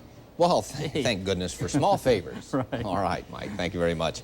Up next on the 10 p.m. report, details of a happy homecoming indeed for a woman who faced tragedy just 2 months ago. Stay with us.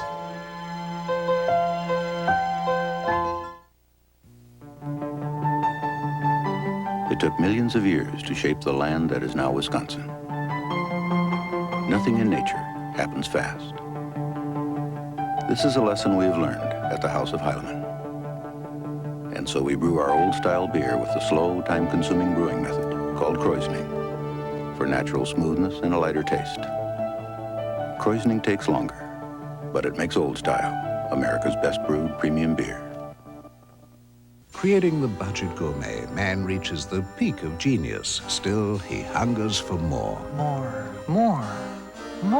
And once again, genius prevails. 8 complete new gourmet dinners for a decidedly low price. Like tender veal parmigiana with delicate cheese-filled tortellini and Italian green beans. The budget gourmet dinners at such a decidedly low price. Yet another of man's more ingenious creations. In recent years, most innovations in frozen pizza have come in the area of crust. Thicker crusts, thinner crusts, lighter crusts, crustier crusts. Double Top Pizza from Tombstone puts the crust where it belongs, on the bottom of the top. And our crusts are doing double duty because Double Top doubles the toppings. Double the meat, double the cheese, double the taste. Double Top Pizza from Tombstone. You'll think twice before you buy anything else. Maybe you'd like this one? When you've made it to those golden years, you've earned the right to be a little choosy. No, dear, I don't think so. Senior Gold from Blue Cross and Blue Shield lets you choose any doctor in any hospital in Minnesota and still be covered. I wouldn't put that on my dog. Or you can pick a doctor anywhere in the world. I really like picking my own doctor. Excuse me, are you a doctor? Well, Senior Gold, when you're doing 65 or better.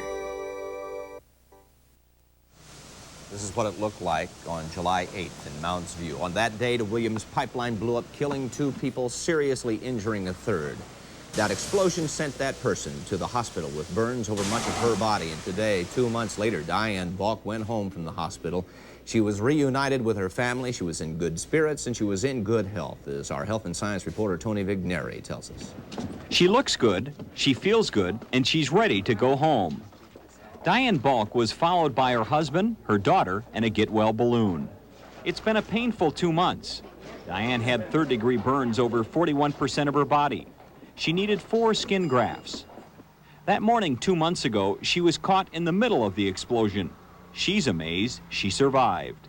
I guess basically I'm just thankful that I survived, was able to get out as quick as I could, and felt it was really a miracle that I did.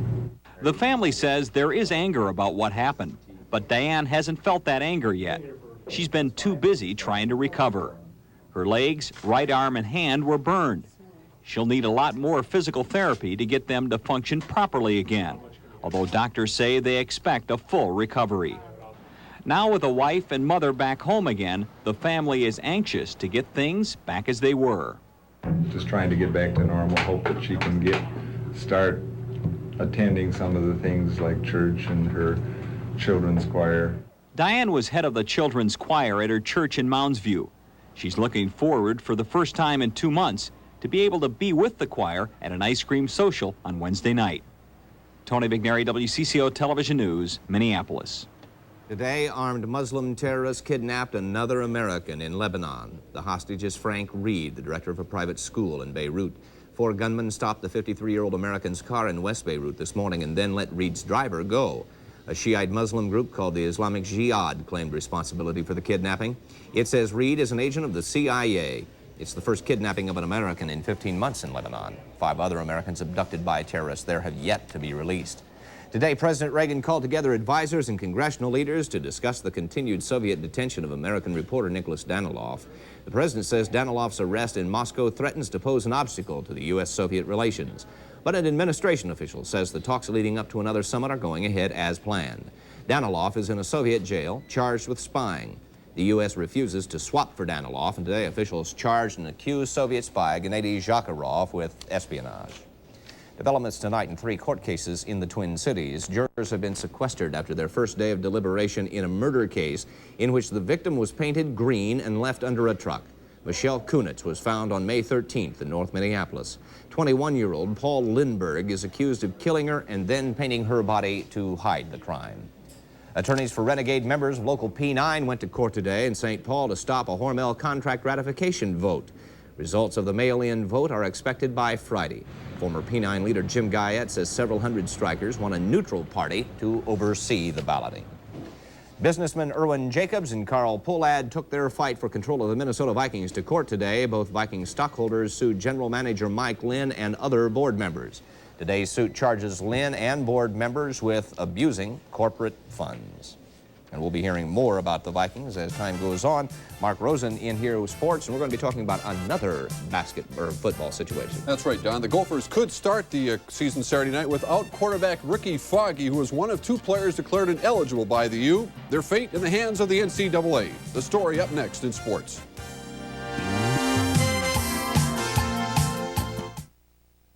When the agency called us, how could I say no? Easy, no. Now, here's my card. What's one more child to love? We already have 2 children that I love. Amy and Jack, the early years. Of course, I was hoping we'd get a baby. Some cheesy little night screamer? They sent us a teenager. Dad? Mom! How could I say no? I just taught you that. You did this. Together We Stand, previewing September 22nd. Who'll give, who'll take? Clues and categories. Hey! And all that easy money. It's an easy game. When celebrities play the Pyramid weekdays. Then it's twice the trivia. Terrific. A double dose of winning, losing, and loving. What does love got to do with it? Either way, you were going to be correct. When Alex Trebek brings you Jeopardy in the morning. Way to go. Jeopardy, weekdays after the Pyramid. And at 4 on Channel 4. 2 University of Minnesota football players, including starting quarterback Ricky Foggy, are technically ineligible at the moment, pending an NCAA ruling. Now, here's what happened. Foggy and reserve linebacker Don Pollard flew home last year. In Foggy's case, the cost was a little over $250. The university had charged the tickets. Several months passed before Foggy repaid the U. Under what's called an extra benefits rule, the tickets should have been paid for before they left. They weren't. All the paperwork was discovered last week by the football program cooperating in an investigation of the U by the NCAA in the wake of the basketball problems. The infraction was reported to the central administration of the U, at which time they declared the 2 ineligible. Head coach John Goodekins told me the U is following all NCAA procedures. And that procedure means that if a university finds what could be interpreted a violation, they must declare the athlete ineligible, and that's up to the NCAA to restore the eligibility. The Assembly Committee on Intercollegiate Athletics has done that, and in turn also recommended very strongly that the eligibility be returned because this is an administrative type oversight. There's no illegal cash or money or free things or any of that stuff going on. But now it's caught in the legislative bureaucracy of the NCAA, and I guess they're a little overburdened now with Nebraska, but you know, we would like it resolved as quickly as possible. That should be on Thursday. Actually, the Nebraska complimentary ticket case was resolved by the NCAA today in Nebraska's favor. The Cornhuskers can use all 60 players suspended last week. Their only penalty, the NCAA stripped them of their Game Pass privileges this season. And isn't it ironic that Nebraska was granted a stay of the suspensions last week, days before their nationally televised game on ABC, which Nebraska won 34-17. Well, we'll find out if the NCAA will grant Minnesota the same treatment accorded to the big boys from Nebraska. Don't hold your breath. Fairness is a word the NCAA doesn't possess in its vocabulary. Well, here's the good news. The Twins finally scored after going 25 innings without crossing home plate. Unfortunately, they did not score as much as Kansas City. The Royals won the game 11-3. Here's a name out of the Twins' haunted past, Jamie Quirk, who I swear changes uniforms every year just to pick on the Twins from teams all over the league. 2 years ago in September, Quirk homered as a member of the Indians to ruin the Twins' pennant hopes. This one didn't mean that much except to rub salt in the Twins' wound. A lot of people thought Bo Jackson would be running against the Vikings this week. Instead, Bo was running out infield hits for the Royals. Jackson has been struggling at the plate since being recalled from the minors, but he managed 2 hits tonight. The Twins lost their 5th in a row, 80th of the year, 11-3. The final, Kirby Puckett was 0-4. Elsewhere, California over Cleveland 8-1. The Yankees 3-1 over Toronto. The Red Sox won, so Boston with a commanding 8-game lead in the East. And Seattle beat Texas 3-1 in the National League. Houston 9-2 over Cincinnati. The Mets lost, so Houston with a 10-game lead in the West. In fact, all the baseball races, they're all over. All right. 1 month ago. Thank you very much, Mark. We invite all of you to stick around for continuing coverage of this primary day, and Skip Loescher, Pat Miles will be back at these desks in just a few moments. Stay tuned. Good night, everyone.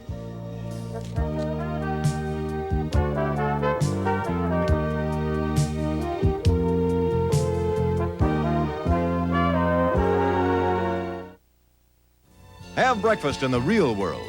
All the morning news, weather, and sports from CBS and CCO Radio, one of America's favorite radio stations. The difference between this business and a newspaper where I grew up is that feeling and emotion have a lot to do with television, telling stories. And that's kind of like a newfound toy for me. And I admire people who can use those kinds of feelings in their story. And Fleur is a reporter with the security to do that. And I like that. I like that about her. Fleur and Nimmer on Newsday. I suppose it's what I do best. You know, everyone has expertise. Well, mine is thinking. Now, it's true I must be handy in self-defense and weaponry, but when you go up against some of the hard cases I've met, it boils down simply to outthinking them. Any fool can pull a trigger. The trick is to help people without resorting to, shall we say, the baser instincts. Finesse, that's what it's all about. That, and 30 years with the CIA. It's all you need. On CBS Late Night, Rick and AJ aren't just muggy when they investigate a dirty game of celebrity lookalikes. I'm gonna make you an offer which you cannot refuse. Then, Magnum wants a man held for murder. Your days as a private investigator are over.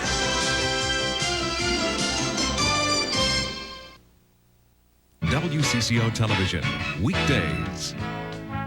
The Jeffersons will not be seen tonight. Stay tuned for continuing coverage of the primary election return.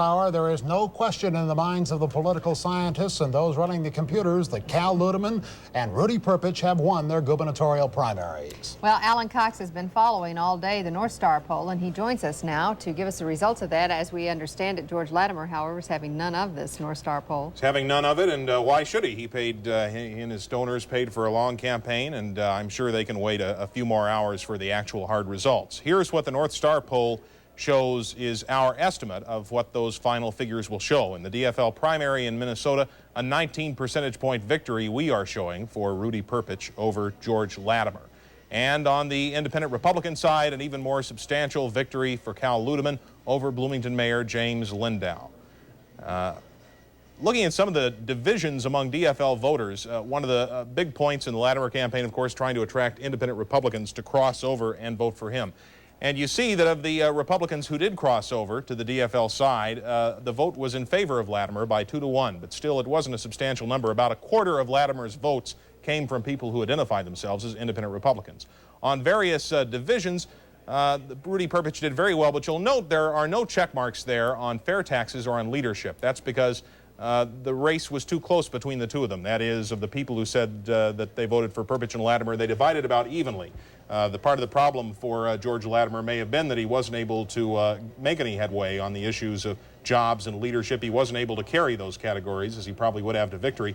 And on Mega Mall, which Rudy Perpich was pilloried on in the DFL side, 44% of the DFL voters said they had no opinion on whether the Mega Mall was a good idea or a bad one. So apparently questioning Perpich's stands on the Mega Mall didn't work that well. If I can have a moment just to go over a few more items that we don't have displays for. We've seen enough numbers already.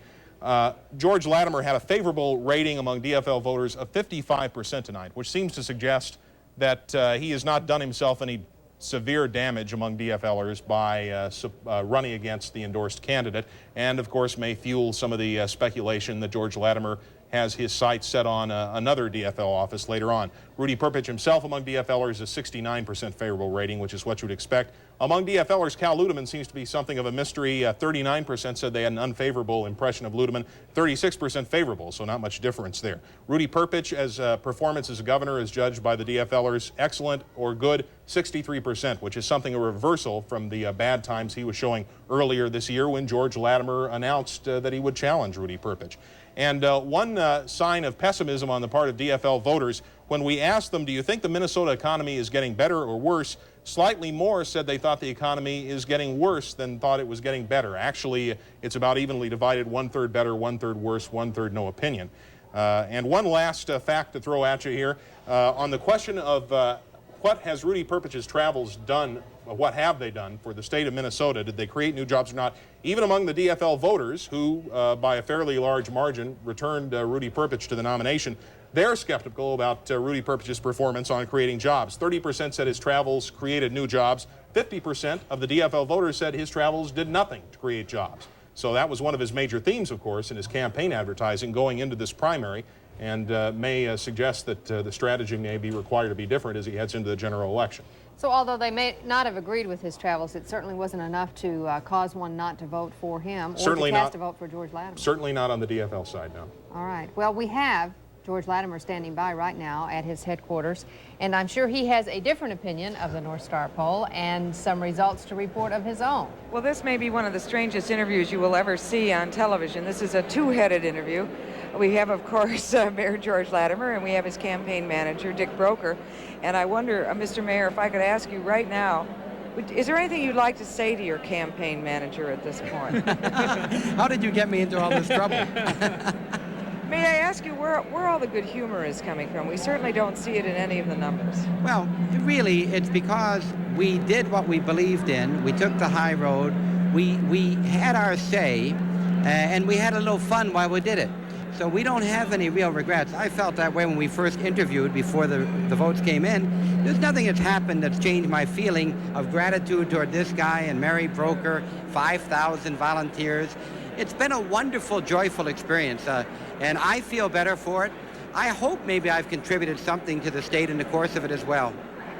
your eyes are bloodshot. The mayor's are clear. Is that the role of the campaign manager? I think I took the wrong job, Marcia, but we'll see. We'll see. I know a little bit earlier George did say that next time you could run and he would be your campaign.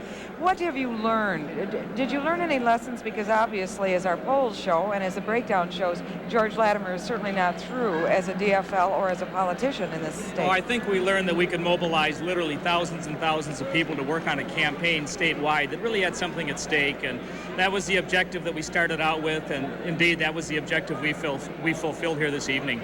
Are you going to stay on the bandwagon for the mayor? Of course. Where does this bandwagon go? Oh, I don't know. There are so many things that have to be done in the state, in our community, in the city, that we'll have a lot of fun working at it, whatever our job.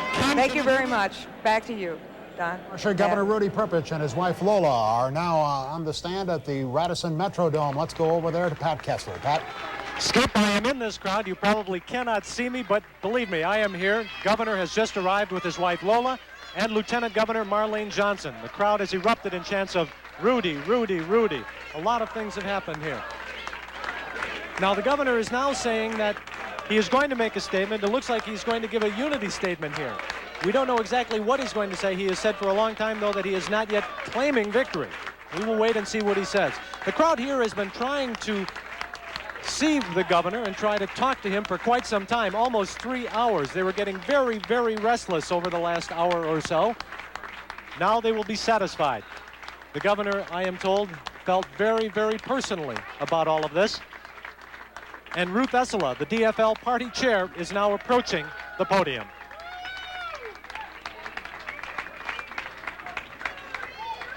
First, I'd like to call on the Lieutenant Governor for the next 4 years, Marlene Johnson.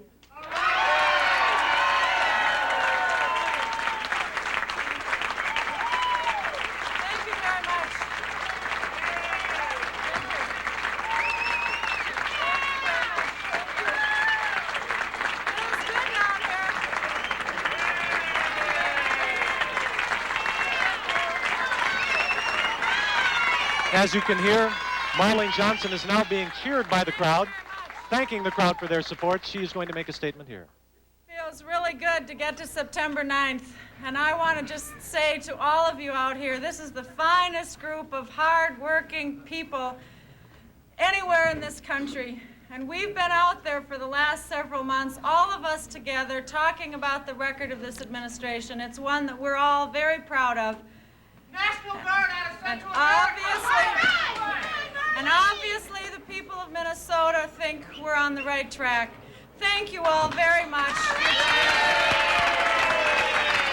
During the Lieutenant Governor's remarks, a protester in the crowd shouted, "National Guard out of Central America." There is a protester in the crowd. We cannot see him from here. Governor Perpich will be addressing the crowd. Here again, DFL Chair Ruth Esela. And now it's a moment that we've been waiting for a long, long time. Our friend and the governor for the next 4 years, Rudy Perpich.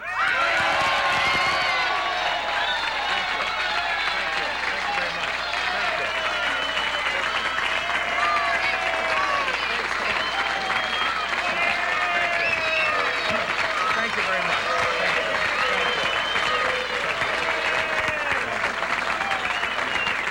Thank you very much. Thank you. Thank you. I'm very, very happy, very, very happy to be here, and want to thank you, each and every one of you, for the many, many hours of hard and dedicated work in behalf of our candidacy in this ticket. And of course, to literally the hundreds of others who aren't here, who also worked very, very hard in support of this ticket. And you know, the story that's been told literally by you and of course by hundreds of others that made this a very, I'm hoping, a successful venture.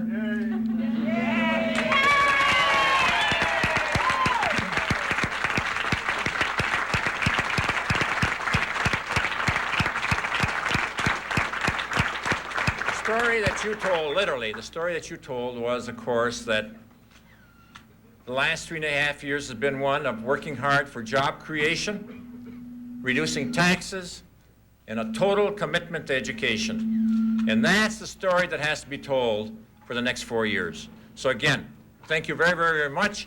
I look forward to working very closely with you the next 8 weeks to make sure that we have a victory in November.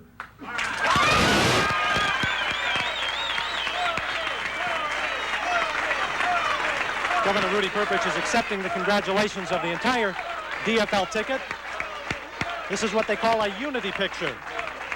Hubert Humphrey, Attorney General candidate, with the Lieutenant Governor and Governor Rudy Perpich, who wants to apparently say one more thing. One thing that I forgot that gave me a very, well, I guess I really can't find the words to describe it, but you know how difficult it is with the reserve closing under Chapter 11, at least for the present time, and for a few months, and who knows for how long. But in Babbitt, I received word that we carried Babbitt 698 to 33. The governor obviously takes some personal satisfaction in tonight's victory as he addresses this crowd tonight. The next question, though, is unity of the DFL party, unity with George Latimer and George Latimer's supporters. Skip and Pat? Thanks very much, Pat. Let's go over to Cal Ludeman headquarters now. Cindy Hilger is standing by there. Cindy? Well, Skip, I've been standing here with Cal Ludeman and his wife, Debbie. They've been listening to Governor Perpich as he's been speaking. Do you have any reaction to his speech, Cal? Well, you know, the governor's said what he's been saying all along, and we have some disagreements about the economic climate of Minnesota, whether jobs have been created. We're not interested in just telling the story. Just saying it doesn't make it so. We're willing to roll up our sleeves and get to work for this state, and I think that's a contrast we intend to show in the next 8 weeks of this campaign. The Democrats have been talking a lot about the division in their party with this campaign. Do you feel like the Republicans have some wounds to heal right now? Well, I think we've been able to do that as we've campaigned. Having a pretty large total, a percentage of the vote in the IR primary speaks to the kind of unity we've enjoyed all along in this campaign. There were some reasons why a lot of people ran for governor this year. A lot of them in the independent Republican side, and the mayor of St. Paul, a formidable opponent running against an incumbent DFL governor, I think speaks to the need for change in the state. We think we've achieved the unity. We're ready to go to work tomorrow. Where is this election going to be won now, Cal? Rudy's real strong up north. Where's your strength? It's going to be in the trenches with people, the individual people. It's not going to be interest groups or organizations that are going to do it. It's going to be our own party organization and the parties that are unified and working together. Talking to real people, being in touch and talking about the need for change and not just hanging on. All right, very much. Thank you very much, Cal. Back to you, Pat and Skip. All right, thank you very much, Cindy. It should be interesting, that race in the fall, in November, because they both, it appears to me, both candidates really have a lot of support in the trenches, as Cal Ludeman said. They're coming out very strong. I gave you a little earlier the figures for Rudy Perpich from our North Star poll when we asked the voters in the DFL side what their impressions were of Rudy Perpich. And of course, they were very favorable. We asked independent Republican voters what their impressions were of Cal Ludeman, and they said they were 72% favorable. So he's coming out very strong here. The overall vote estimate now that we're predicting on Ludeman and Lindau, substantial lead, and we can go through all these various divisions of the pie when it comes to the IR race, but you're going to see basically the same thing. Cal Ludeman with a very substantial lead over Jim Lindau, especially among conservatives. Lindau slightly stronger among moderates. Ludeman very strong among the born-again Christians who voted in the IR primary. And it's just all across the board on the various issues that we put to the IR voters. Cal Ludeman carried the day. A very convincing victory, and one that should put him in good stead as he heads into the fall. The independent Republicans still consider themselves something of a minority party in Minnesota, and they need a unity situation. And so many of the people, as I was covering part of the campaign, the independent Republican Party leaders last Friday down in southeastern Minnesota were saying some of our people here supported Dave Jennings. They would have liked a more moderate candidate. But everyone wanted to get behind the endorsed candidate this time around, didn't want to have the problems that the IR party had last time when the endorsed candidate was kicked out after the primary. Did you find that to be the case during the poll, Alan, that people were concerned about getting behind the endorsed candidate? Was that Lindau's major problem? There was some concern that the endorsement did seem to carry some weight. I don't have the exact figures in front of me, but looking at some of the responses that we got from people when we just asked them to say in their own words, well, why'd you vote the way you did?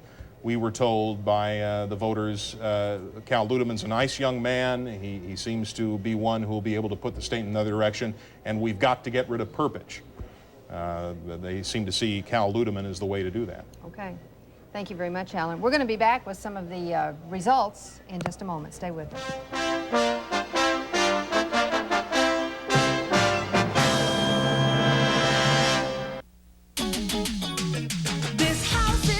People having the ball, laughing and clapping, watching it happen on the HBO Knockout Fall. The HBO Knockout Fall is here with blockbuster movies like Rambo: First Blood Part 2, Jagged Edge, and Cocoon. HBO exclusives too, like Comedy with Rodney and Robin. So catch it all On the HBO Knockout Fall. Order HBO today and get special savings on installation and a telephone alarm clock free. To bake baked beans this savory, rich, and delicious, you would sort them and soak them, measure in the mustard, slice the bacon, pack the brown sugar, approve the seasonings. Then bake them in a real brick oven until the sun went down. If you had the time, you could bake beans like this, or you could buy B&M baked beans. There's really no other choice. Snack a pack. It's the handy dandy light and lively six-pack. Snack it, smack it, back it, pack it, tuck one in your jacket. Yogurt lovers, you'll love money-saving six-packs of light and lively low-fat yogurt. Now introducing new strawberry fruit cup combo. Delicious. So stock a stack, get the knack on the handy dandy light and lively six-pack. This is a special Twin Cities Ford report.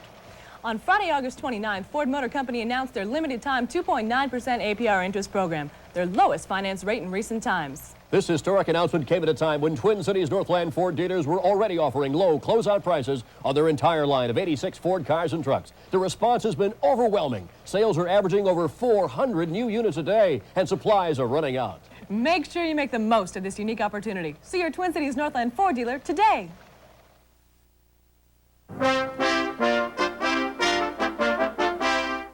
This is Campaign 86, the primary. Reported by Pat Miles and Skip Loescher. And welcome back to our Campaign 86 primary coverage. We want to check right now on some of the latest returns in the governor's race. In the DFL gubernatorial race, as you can see, George Latimer and Governor Rudy Perpich tied here now with 494 of the precincts reporting. And in the independent Republican race, Cal Ludeman with a substantial lead, 78% over James Lindau's 14%. A little amazing, I guess, that Lindau didn't make his case a little bit better than that. Interesting results. There are congressional races tonight, primaries. In the 1st District in southeastern Minnesota, the incumbent, Tim Penney, is walking all over the LaRouche candidate. Penney will obviously be the DFL-endorsed candidate down there. Henderson and Grauwe. Grauwe doing pretty well there, 67-33 with 25 of 520 precincts in the Republican primary. Let's go to District 2, that's southwestern Minnesota, where Dave Johnson, the former Republican running as a Democrat, is going to beat his primary opponent and win the right to challenge Vin Weber in the fall. District 3, Hennepin County, basically the southern suburbs, where there is a race on the Democratic side between Ray Stock, Stan Bentz, and Joel Soliterman. Stock ahead right now by 3 percentage points over Soliterman. And if we take a look now at Benz, he has 27%, that one much too close to call. In District 5 on the Democratic side, Martin Sabo, the incumbent who's been around since 1978, having no problem at all defeating the Lyndon LaRouche candidate there. Several Lyndon LaRouche candidates showing up. Rick Sierra, the 42-year-old businessman in District 5 on the Republican side, looking like, at this point at least, as though he may be on his way to endorsement. And in the 7th District, Colin Peterson trying it again and having no problem. He will go against Arlen Stanglin, the Republican incumbent, in the fall. We have some results as well from some of the county races, the Hennepin County races. Let's take a look at this in the sheriff's race in Hennepin County. Don Omott, the incumbent, was 70% over his opponent Brian Litzy, and Dave Moore, which is 19%, not the Dave Moore who works at WCCO, by the way. In the park commissioner race in District 3, David Latvaho, the incumbent, with 56% over Ed McGlynn, and Judy Larson there with 26%. In District 4, the park commissioner race, Neil Weber, the incumbent, with 44% of the vote over Tom Bredesen with 28%. and Dave Lund with just 28%. That's with 3 of the precincts reporting. In the Ramsey County Sheriff's race, Chuck Zacharias, the incumbent, was 63% over his deputy, Charles Wilson, with 7%. Sam Crea with 27%, also a deputy, and Russell Semo as well, a deputy, with 3%, and that is with 100 of the 211 precincts reporting. Let's take a look now at, well, you have some more, I guess. In the Ramsey County Judge race, Skip, which is interesting, there were so many candidates in this race in the 2nd District. Mike DeCourcy and Kathleen Guerin are the 2 leaders at this point. People cast their vote for one, and the top 2, of course, will run in November. As you can see, Arthur LaChapelle, Richard Leonard with 14%, Thomas Wayant with 11%. We have some state legislative races. Sorry to have jumped in. I get so excited about these things. I have trouble containing myself, being a political animal. We're dealing now with District 62B and the independent Republican ticket for state representative. 7 of 14 precincts in. Noble with a command, well, not quite commanding with that many out, but Noble clearly ahead at this point. In 22B in the DFL, 4 of 21 precincts reporting. Moench not doing too well against Dwight Paws of Delano, a credit manager out there. 47B, Carruthers and Jude. Carruthers, John Jude being a candy wholesaler with 31%. Carruthers well ahead of him with 69% of the vote. Askew and Fernando in 57B. That one pretty tight, although there are only 2 precincts out. That could still change. 7 of 14 in, only half in District 58. The independent Republican ticket with Francis and a 20 percentage point lead. Back to Noble and Morse, 58 to 42. We did that one already. And that's it. Very quickly now, we want to run through some of the returns that are in the state Senate races within the Twin Cities area, beginning with District 36. As you can see, we're not starting with District, we're going to start with District 63 there. John Marty and Bernie Johnson, and as you can see, John Marty with 84% of the vote, with 23 of the precincts reporting. In District 64, Dick Cohen and Ray Farrisee. This is an interesting race. Ray Farrisee, of course, the pro-life candidate, and Dick Cohen, the pro-choice candidate. It has boiled down to that, and as you can see, 51% for Dick Cohen. Okay, thanks, Pat. Over in Wisconsin, we have a gubernatorial contest on the GOP side for the right to face the incumbent Democrat Tony Earl in the fall. And right now, Tommy Thompson has 51% of that vote, with only 207 of the state's 3,300 precincts reporting. Jonathan Berry, the Dane County executive from Madison, Wisconsin, trailing rather substantially behind. George Watts, Albert Wiley, and Joseph Artez are the also-rans there. On the Senate side, Democrats who would like to face the the Republican candidate, Bob Caston, in the fall. Ed Garvey, the former NFL Players Association representative, is leading Matt Flynn, the former state party chairman, and a very strong political over there by a commanding and somewhat surprising margin, I think. All right, let's return right now to Pat Kessler, who is standing by at DFL headquarters with a report for us. Pat? Pat, the governor is here shaking hands and thanking supporters, but he's not claiming victory. However, his campaign chairman, Tom Berg, is already thinking forward to the next race. Tom, Cal Ludeman. Well, we're starting to think about it, no doubt about it, Pat. Tell us what you're thinking about. What kind of a race is it going to be? Well, I think it'll be a tough race. We're not taking anything for granted at all, but I think that we'll be talking about Ludeman's inexperience. He's never really had to govern in the state.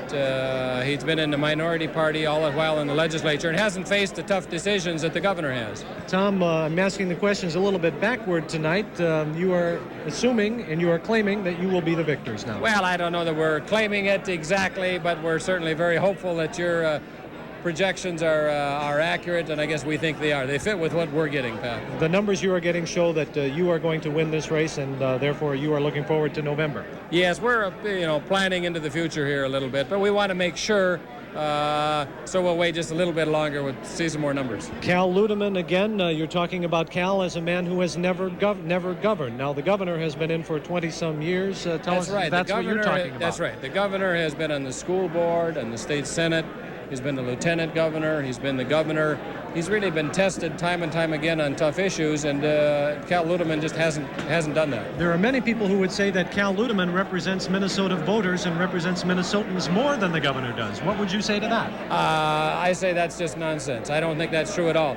When Cal Ludeman has voted against aid for drug education program in the schools, against catastrophic health insurance, against senior citizens tax freezes, I don't think that represents the mainstream Minnesota. So it sounds like you're going to portray Rudy Perpich as mainstream Minnesota and Cal Ludeman as a conservative, basically? Oh, I think we won't doing too much portraying, Pat. We're just going to tell people what Rudy's like, what his record is, and they can draw their own conclusions. Well, Tom Berg will have a big say in people drawing their conclusions during the next couple of months, if indeed Governor Perpich claims victory tonight over George Latimer. Skip and Pat? And if he doesn't, Pat, we probably will all fall down in absolute shock. Cal Ludeman started out as an underdog, and I don't think there's much question about that. I would guess he really maintains that position going in here. It's going to be awfully tough for him to beat Rudy Perpich, but he's certainly confident he can do that, and Cindy Hilger is over there with someone else who's also confident about That's that. right, confident to say the least. In fact, about a half hour ago, Cal Ludeman did give his acceptance speech. There's no question that he will be the next IR candidate for governor. Right now with me is his campaign manager, Joe Scher. Joe, the numbers are pretty astounding. It's 78-14. Are these expected, or does this surprise you? No, it's not a surprise, Cindy. Since the poll that came out in the Minneapolis Star and Tribune, we had a pretty good sense that the margin was going to be substantial. I think part of the reason we're not surprised is the extent to which the party got behind the campaign. It's a marked departure 4 years ago when the Independent Republican Party, recognizing now the need to get behind the endorsed candidate, did so in such a substantial way. So for us, we weren't surprised. I think the party machinery, if you like, contributed a great deal to the success of this margin, or the width of this margin. We just heard the Perpich campaign say that Cal Ludeman has not been tested. He has not dealt with tough issues. What would you say to that? Well, I don't think that's true. I think that Cal's been tested on the issues from early endorsement period of time right through this primary. Certainly Mayor Lindau tried to raise a number of issues, not successfully, and I think that the reason for that is that Cal responded appropriately and decisively to the independent Republican voters. I also think that the results tonight indicate clearly that the picture that Mayor Lindau tried to paint, that is that Cal Ludeman is out of step with Minnesota voters, is not an accurate picture. Okay, Joe Scher, thank you very much for joining us. Back to you, Skip and Pat. Thanks, Cindy. Thank you very much, Cindy. We'll be back with some further results and also some final comments in just a moment.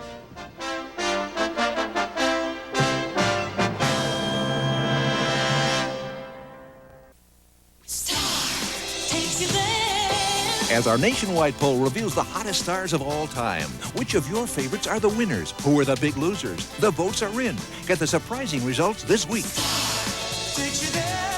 And tells about Ted Knight's last secret wish and Ed Asner's final touching visit. Find out how Joey Heatherton's life became a nightmare of drugs, anorexia, and violence. Plus, try this new heart diet. It could add years to your life. Jenkins, will you be a dear and find my gym shoes? Yes, ma'am. Oh, and another thing, Jenkins. Please fetch my gym bag. Perhaps, madam, I could exercise for you as well. No, Jenkins. There are some things one must do for oneself. Save $155 in celebration of our new St. Louis Park and New Hope clubs. Unfortunately, darling, even I have to pay my dues. Snyder's $1 million sale is on. How's this for savings at the old corner drugstore? Save over $1.20 on assorted Duracell batteries. Your choice, only $1.57 with coupon. Good news for contact wear. Soft Mate Saline Solution now just $2.99. Buy one, get one free with coupon. Save on assorted 12-ounce packages of Brock's chocolate candies. Your choice, $1.79. You'll find $1 million sales savings in every department. Snyder's, the old corner drugstore for today. Hey, Mom, what's for dinner? What would you like? Something special. Vandecamp's frozen fish. Something different.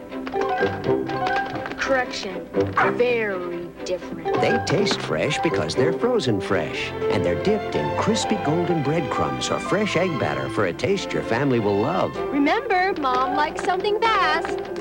No problem there, Mom. Vandecamp's, the freshest ideas in frozen fish.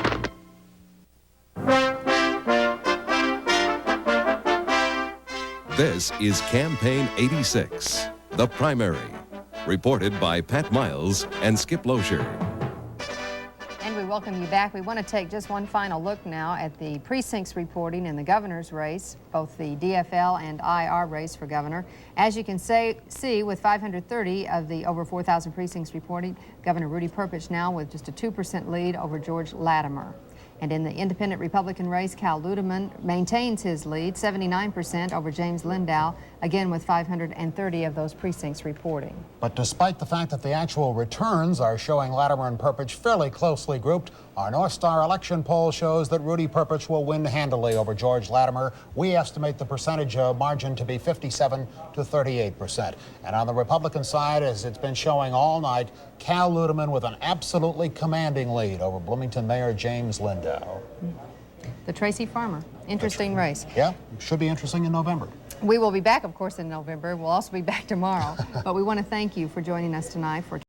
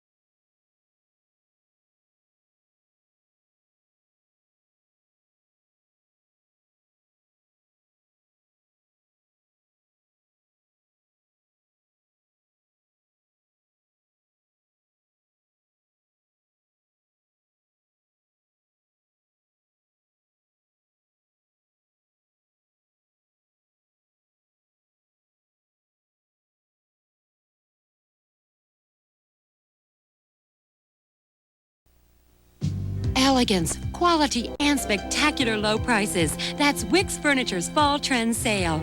Like this sleek Italian contemporary dining room